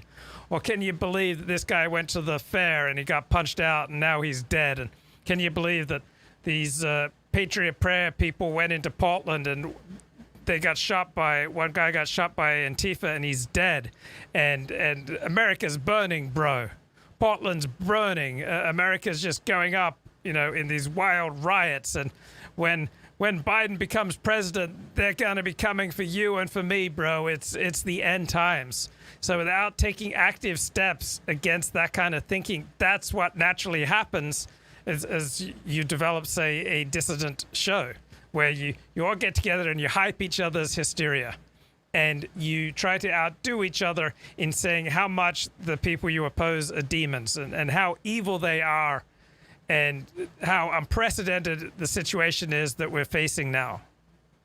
And I love Fred Luskin's perspective that our wiring, our neurological systems are kind of setting us up to be preoccupied by threats. And that most people, most Americans, most of the time are mostly thinking about how to make themselves feel safe and how destructive that is. It makes for an exciting talk show. It makes for a compelling television program. It makes for creating a loyal audience. It's a great way to earn a living, to give people reasons to feel frightened, to feel like the world's coming to an end, that their enemies are demons, just absolutely, you can't understand where they're coming from, they can't be reasoned with. We're fighting supernatural forces. And that's why we need to come back, calm down, tune out all the hysteria, tune out the danger porn, tune out the aggro, tune out sometimes the demon talk. Now, there's a time and a place for using demon terminology. I'm sure it can be very effective for creating clarity, for creating energy, for creating, tribal alignments, for going into war. It has all sorts of ways to give you an advantage. Luke should read The Gift of Fear as a counterbalance. I've read The Gift of Fear, and I've started rereading The Gift of Fear. It's an important book, but you don't want to be even that book does not in no way clashes with what Fred Luskin is saying. The author of The Gift of Fear is not saying you should go around feeling afraid. It's saying that you should clue in to these certain fears, that when you get into this certain situation and you feel a fear that you can't intellectually justify, pay attention in these sorts of situations to these sorts of fears. So we are wired, our neurological systems are wired so that we primarily pay attention to threats. That's why most of us spend most of our time trying to make ourselves feel safe. And the primary issue between us feeling safe and us just continuing on naturally being obsessed with creating safety is not society, it's not the rioters, it's not joggers, it's not Democratic politicians, it's our own choices. Like, as long as I have my cell phone on, I'm not going to, feel safe. I'm not going to feel as much safe as when my cell phone is off. As long as I have my email open up, I'm not going to feel as safe as when my email is closed. As long as I have my Twitter up and conversations going on Twitter, I'm not going to feel as safe as when I tune out. And we most naturally think that we are most in reality when we're being alive and alert to these threats all around us. Man, there are joggers and there are Antifa and there are Black Lives Matter and there are riots and there's skyrocketing crime. And we're just going to be hunted down like dogs when the Democrats take over. And we think that we're being realistic. And Luskin makes a fascinating argument here. Says, you want to get most in reality?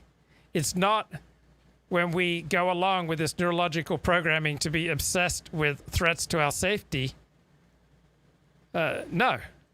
The times when we are most in reality is when we have compassion for other people and for ourselves. When you think about someone who has loved you and you feel gratitude for that. When you develop your empathy and your compassion, that's when you're most in reality. Not when you're in hysteria, not when you're in fear, not when you're demonizing the opposition.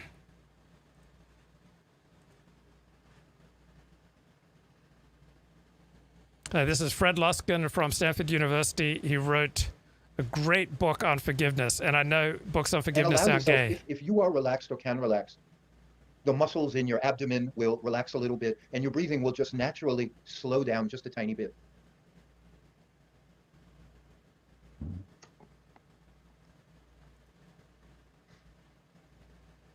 And you want to allow that to occur. You want to allow your breathing to slow. And you want to even, like, I guess, deliberately see if you can relax enough so that when you inhale, your belly expands a little, which just allows some signals to get transmitted in your nervous system that you're safe now. That when your belly relaxes and your breathing slows, and specifically when you unclench some of the muscles in your abdomen, it makes it a little easier for your nervous system to recognize that you're safe.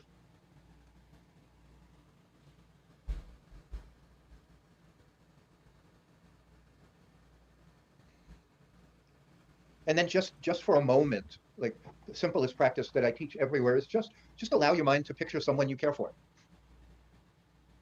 You know, nothing here is anything but simple. Just allow your mind to picture someone you care for deeply.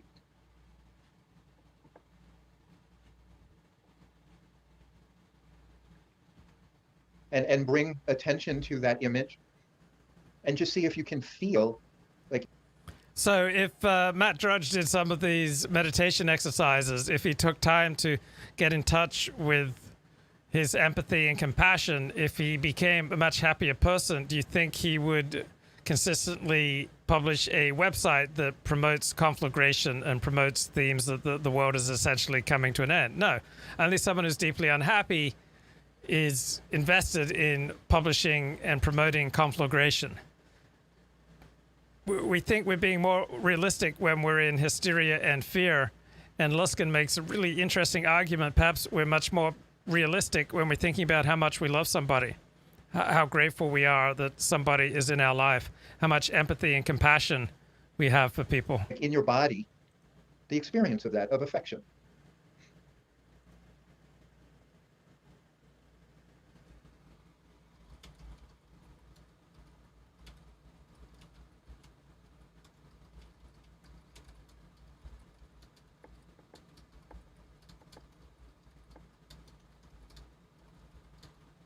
And then just let that go and take a very simple breath and gently allow your eyes to open.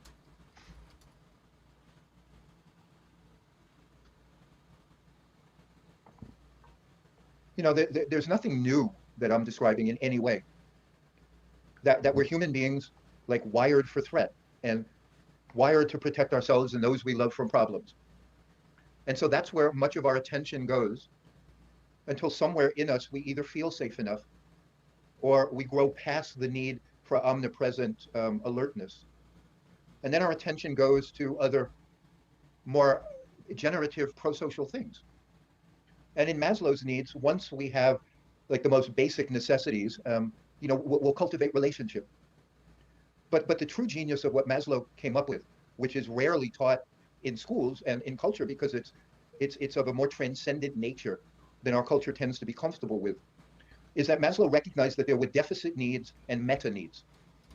That the deficit needs are for relationship. I'm alone, I'm scared, I need somebody else to help me. And that's an absolutely legitimate need. But what Maslow also recognized is that human beings have meta needs or giving or higher order needs, such as, well, who else is suffering and how can I help them? Or what can I do that might be of use? You know, and these are the parts of us that struggle in any circumstance of danger and threat. That we orient inside in a protective way, which the outside will never satisfy. And we forget the, I'm going to say, the meta parts of our need system. So Maslow talks about relationship needs, then esteem needs, just then like almost beauty needs, and just living our own life to its fullest needs. But some of this can be like cultivated in times like this. So the next just simplest practice that I would ask those of you sitting out there to do, and this is one of those maybe more meta expressions of interpersonal needs, is just to stop for a minute. Just stop and take a breath, and just sit still for a moment.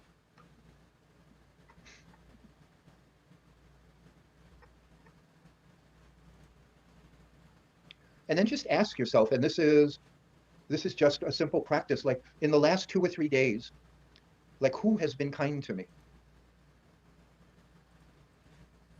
So I don't think he talks any psychobabble, right? To me, this is the Agnus. This is truth. This is so important what he's saying.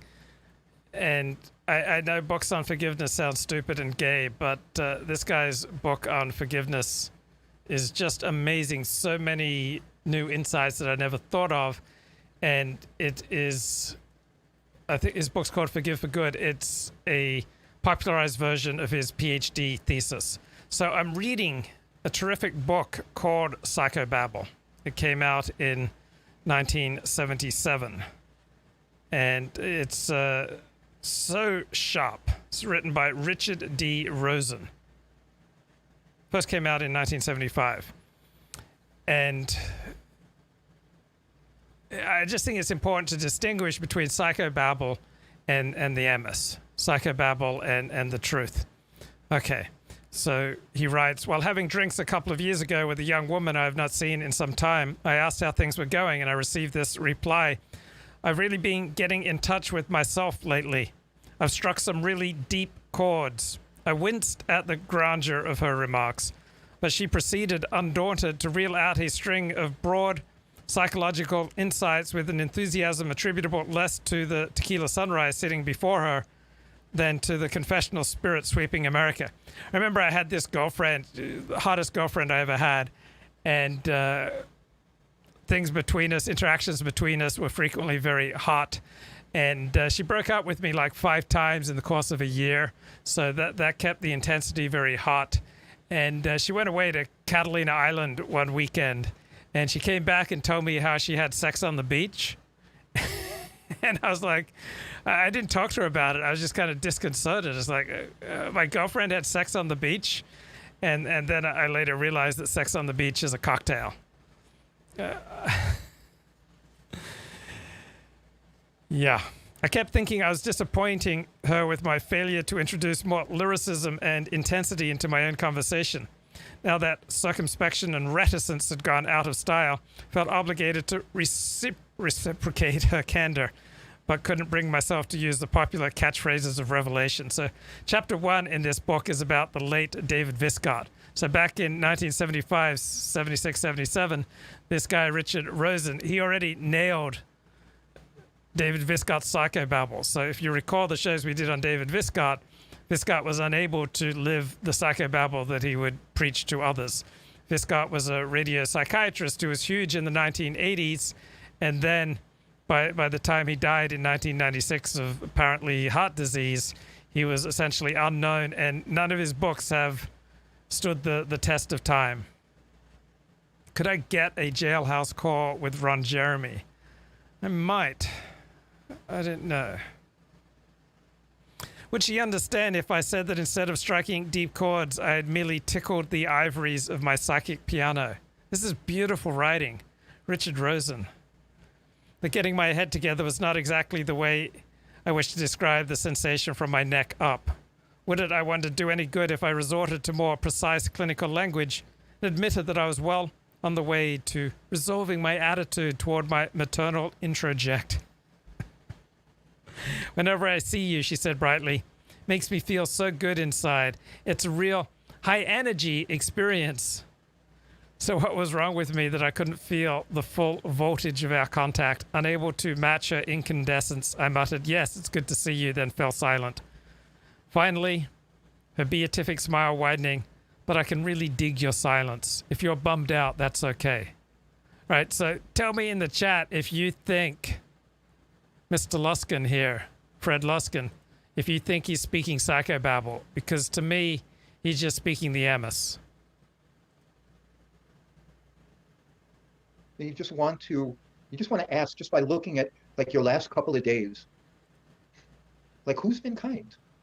And that can be as simple as somebody like, made you dinner, which may not be simple, or somebody listened to you, or you misbehaved and somebody was forgiving towards you. But you want to look at just at your last 48 hours or so, and just look, if you can, through the eyes of who out there was like good to you. I mean, it doesn't have to be universally good.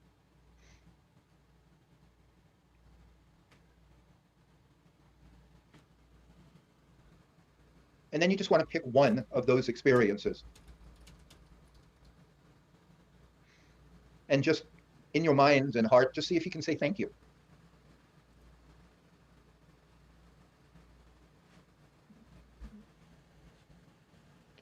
Just respond from inside of you, like just thank you.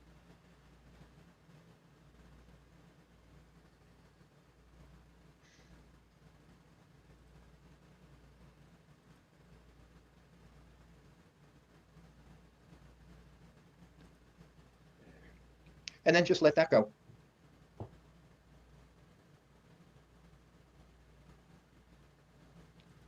I think one of the real challenges, not multiple, but let's just say one, that almost all human beings face is I believe we're designed to not see things clearly, but to see things from the point of view of threat.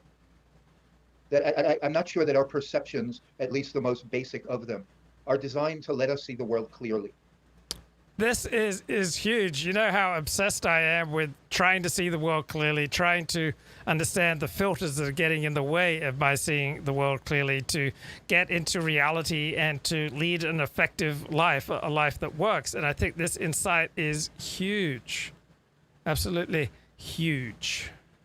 And they're designed to probably ensure our survival, and maybe ensure the survival of whatever group we identify with. But I don't believe that they're meant to give us an honest appraisal at some level of how our life is. And I remember recently reading some hypothesis from somebody who had done a whole host of like neuroimaging studies of people who were being taught to experience compassion. And what these people were hypothesizing was that it's only when we touch compassion that we start to see things clearly.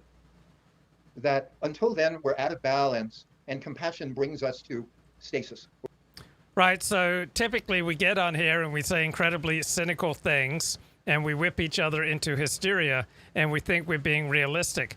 Well, what if it's only when we're in a state of compassion that we actually start to see things clearly? What if Luskin may be right, that being in a state of threat, being obsessed with threats, maybe that distorts our understanding of reality? Maybe the most accurate way that we can see reality, maybe the best way that we can minimize the filters between us and the real world, is to get into a state of compassion and love and empathy and forgiveness. Or at least a different kind of stasis. But it involves not quite as much threat, and either offering compassion to ourselves or compassion to others. But it blunts some of the fear and the threat that we all take as so normal. That maybe we have a compassionate response more inherently to why people do what they do, rather than wanting to punish them all the time. Or maybe we have a little more compassionate response to ourselves, to our own suffering, rather than, again, just wanting to punish or hurt. But that research struck me very strongly, because it was highly reminiscent of when I did a lot of forgiveness teaching. Because it was only when people either started to forgive or had already. I love this because it brings all my political views and everything all together. A place for you. That's my politics. That's my economics. That's my spirituality. That's my religion. That's my sociology. A place for you. We need to create a space and a room for people to feel safe. And right now, most of our time, most of our waking hours are spent trying to feel safe, and it's not working. We need a politics, a public education policy around a place for you. Good evening and welcome to Tucker Carlson Tonight. If you've watched this show over the past few months, you know that we have fixated, sometimes to the exclusion of other important things, on the riots and disorder that have paralyzed many American cities. We haven't done this for partisan reasons. Honestly, it is a presidential year, but the threat that we're facing is deeper and more significant than any single election. Political violence is the greatest threat we face. It is more dangerous than any virus or any foreign adversary. It could literally end this country. We've told you who's responsible for the violence. We didn't need to tell you. You knew it. It's obvious, no matter what the professional liars are now claiming on television. The main suspect, for example, in the most recent political assassination in Portland, has a BLM logo tattooed on his neck. He's not hiding what team he's on. None of them are. Every honest person watching understands exactly what is going on in our streets. What too few understand, though, is why it's happening. Why would kids raised in the fairest country in the world support a violent revolutionary group like BLM, whose program consists mainly of destroying things? Why would educated adults, the very people who should be defending our system, whom we need to defend our system, be working so hard to tear it down? Historians will inevitably study these questions. They're going to want to know what happened here. They'll conclude that ideology played a major role in all of this. For a generation, Americans have been taught to accept the underlying premises that made BLM possible. Human beings can be reduced to their race. Skin color equals privilege. Equality under the law must be abandoned. These are lies, but suddenly they're everywhere. Americans have learned them in school, learned them on the job, heard them even in church. Without these ideas, we wouldn't have riots right now. We wouldn't put up with them for a second. So where's this poison coming from? Well, ultimately, it comes from the academic left, which controls this country's intellectual life, such as it is. But the product they're selling has been disseminated widely by the media, by corporate HR departments, even by the federal government, which you pay for, all of us do. The problem is larger than most people understand, larger, in fact, than we understood until we read the reporting of a man called Chris Rufo. Rufo has spent months investigating critical race theory indoctrination, the mandatory Maoist struggle sessions that are now underway in your office and in your kid's school. Highly paid diversity trainers systematically attack the unifying ideals of this country. They pit Americans against each other based on the color of their skin. It is a grotesque project. It is wrong. It is openly racist. Over time, it leads to violence and permanent division. We're seeing it now. It is terrifying. But virtually no one challenges it. We should challenge it for the sake of our country. So tonight we've asked Chris Rufo to walk us through some of what is happening here. You should know the details. Rufo is a research fellow at the Discovery Institute as well as a contributing editor at City Journal, and he joins us now. Chris Rufo, thanks so much for coming on. Appreciate it. Yeah, thanks so much. You know, Tucker, this is something I've been investigating for the last 6 months, and it's absolutely astonishing how critical race theory has pervaded every institution in the federal government. And what I've discovered is that critical race theory has become, in essence, the default ideology of the federal bureaucracy and is now being weaponized against the American people. I'd like to share 3 investigations that I've unleashed that show the kind of depth of this critical race theory, cult indoctrination, and the danger and destruction it can wreak. First, the Treasury Department. I broke the story on the Treasury Department, which held a seminar earlier this year from a man named Howard Ross, a diversity trainer who has billed the federal government more than $5 million over the past 15 years, conducting seminars on critical race theory. And he told Treasury employees essentially that America was a fundamentally white supremacist country. And I quote, virtually all white people uphold the system of racism and white superiority, and was essentially denouncing the country and asking white employees at the Treasury Department and affiliated organizations to accept their white privilege, accept their white racial superiority, and accept essentially all of the baggage that comes with this reducible essence of whiteness. Second, this is not by any means limited to the Treasury Department. Critical race theory has actually now infiltrated our criminal justice system. Just this week, I released a story that the FBI is now holding weekly seminars on intersectionality, which is a hard left academic theory that reduces people to a network of racial, gender, and sexual orientation identities that intersect in complex ways and determine whether you are an oppressor or oppressed. Obviously, with the white, straight male, such as FBI Director Christopher Wray, being at the top of this pyramid of evil. And third, this is a major story. Critical race theory is now infiltrating into our scientific establishment. A few weeks ago, I released a story that critical race theorists at the Sandia National Laboratories, which creates our nuclear weapons arsenal, sent their white male executives on a 3-day re-education camp to deconstruct their white male culture and actually force them to write letters of apology to women and people of color. Whistleblowers within Sandia National Laboratories have now spoken out, but laboratory executives have dispatched counterintelligence teams to quickly erase their communications, silence, and shut them down. And this is really the bottom line. There are some great people in D.C., such as Senator Josh Hawley in Missouri, that are starting to push back. But conservatives need to wake up that this is an existential threat to the United States, and the bureaucracy, even under the Trump administration, is now being weaponized against core traditional American values. And I'd like to make it explicit. The President and the White House, it's within their authority and power to immediately issue an executive order abolishing critical race theory trainings from the federal government.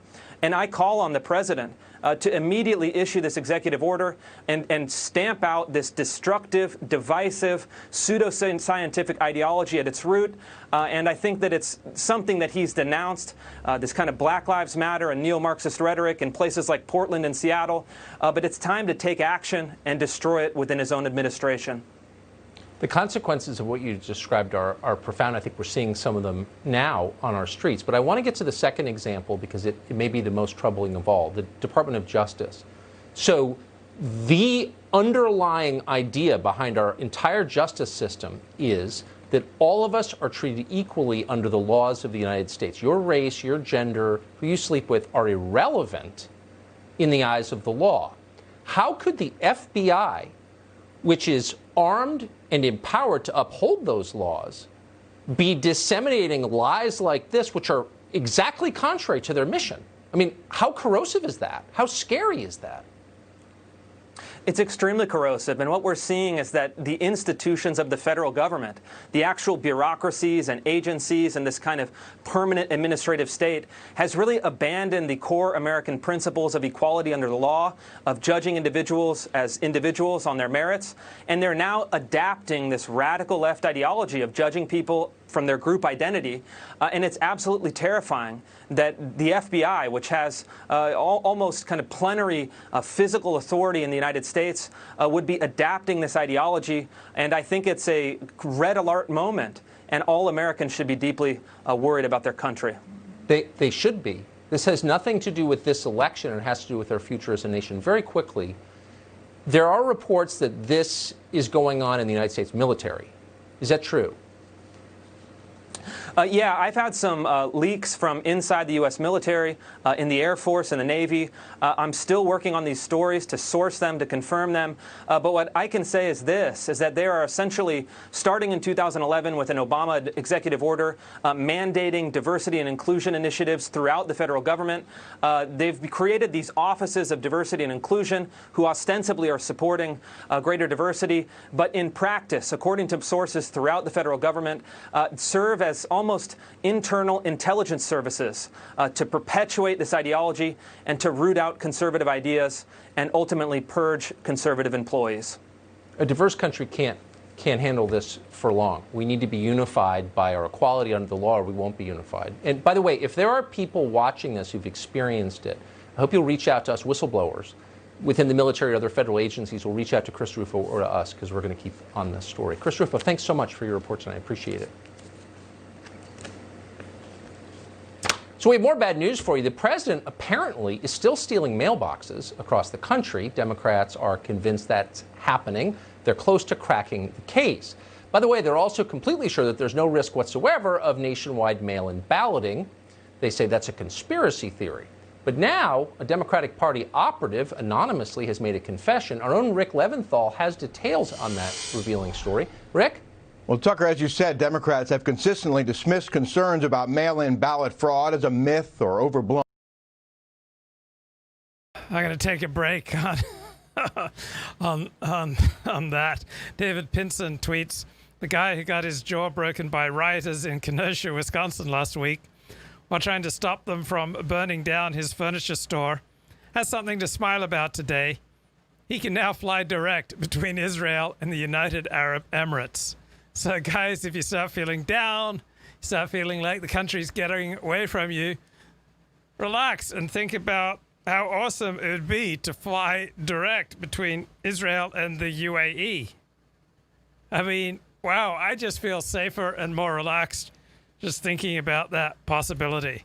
So we want to bring our adrenaline back under control. There's nothing wrong with adrenaline shots, but you just want to make sure that they serve you. Usually they don't. So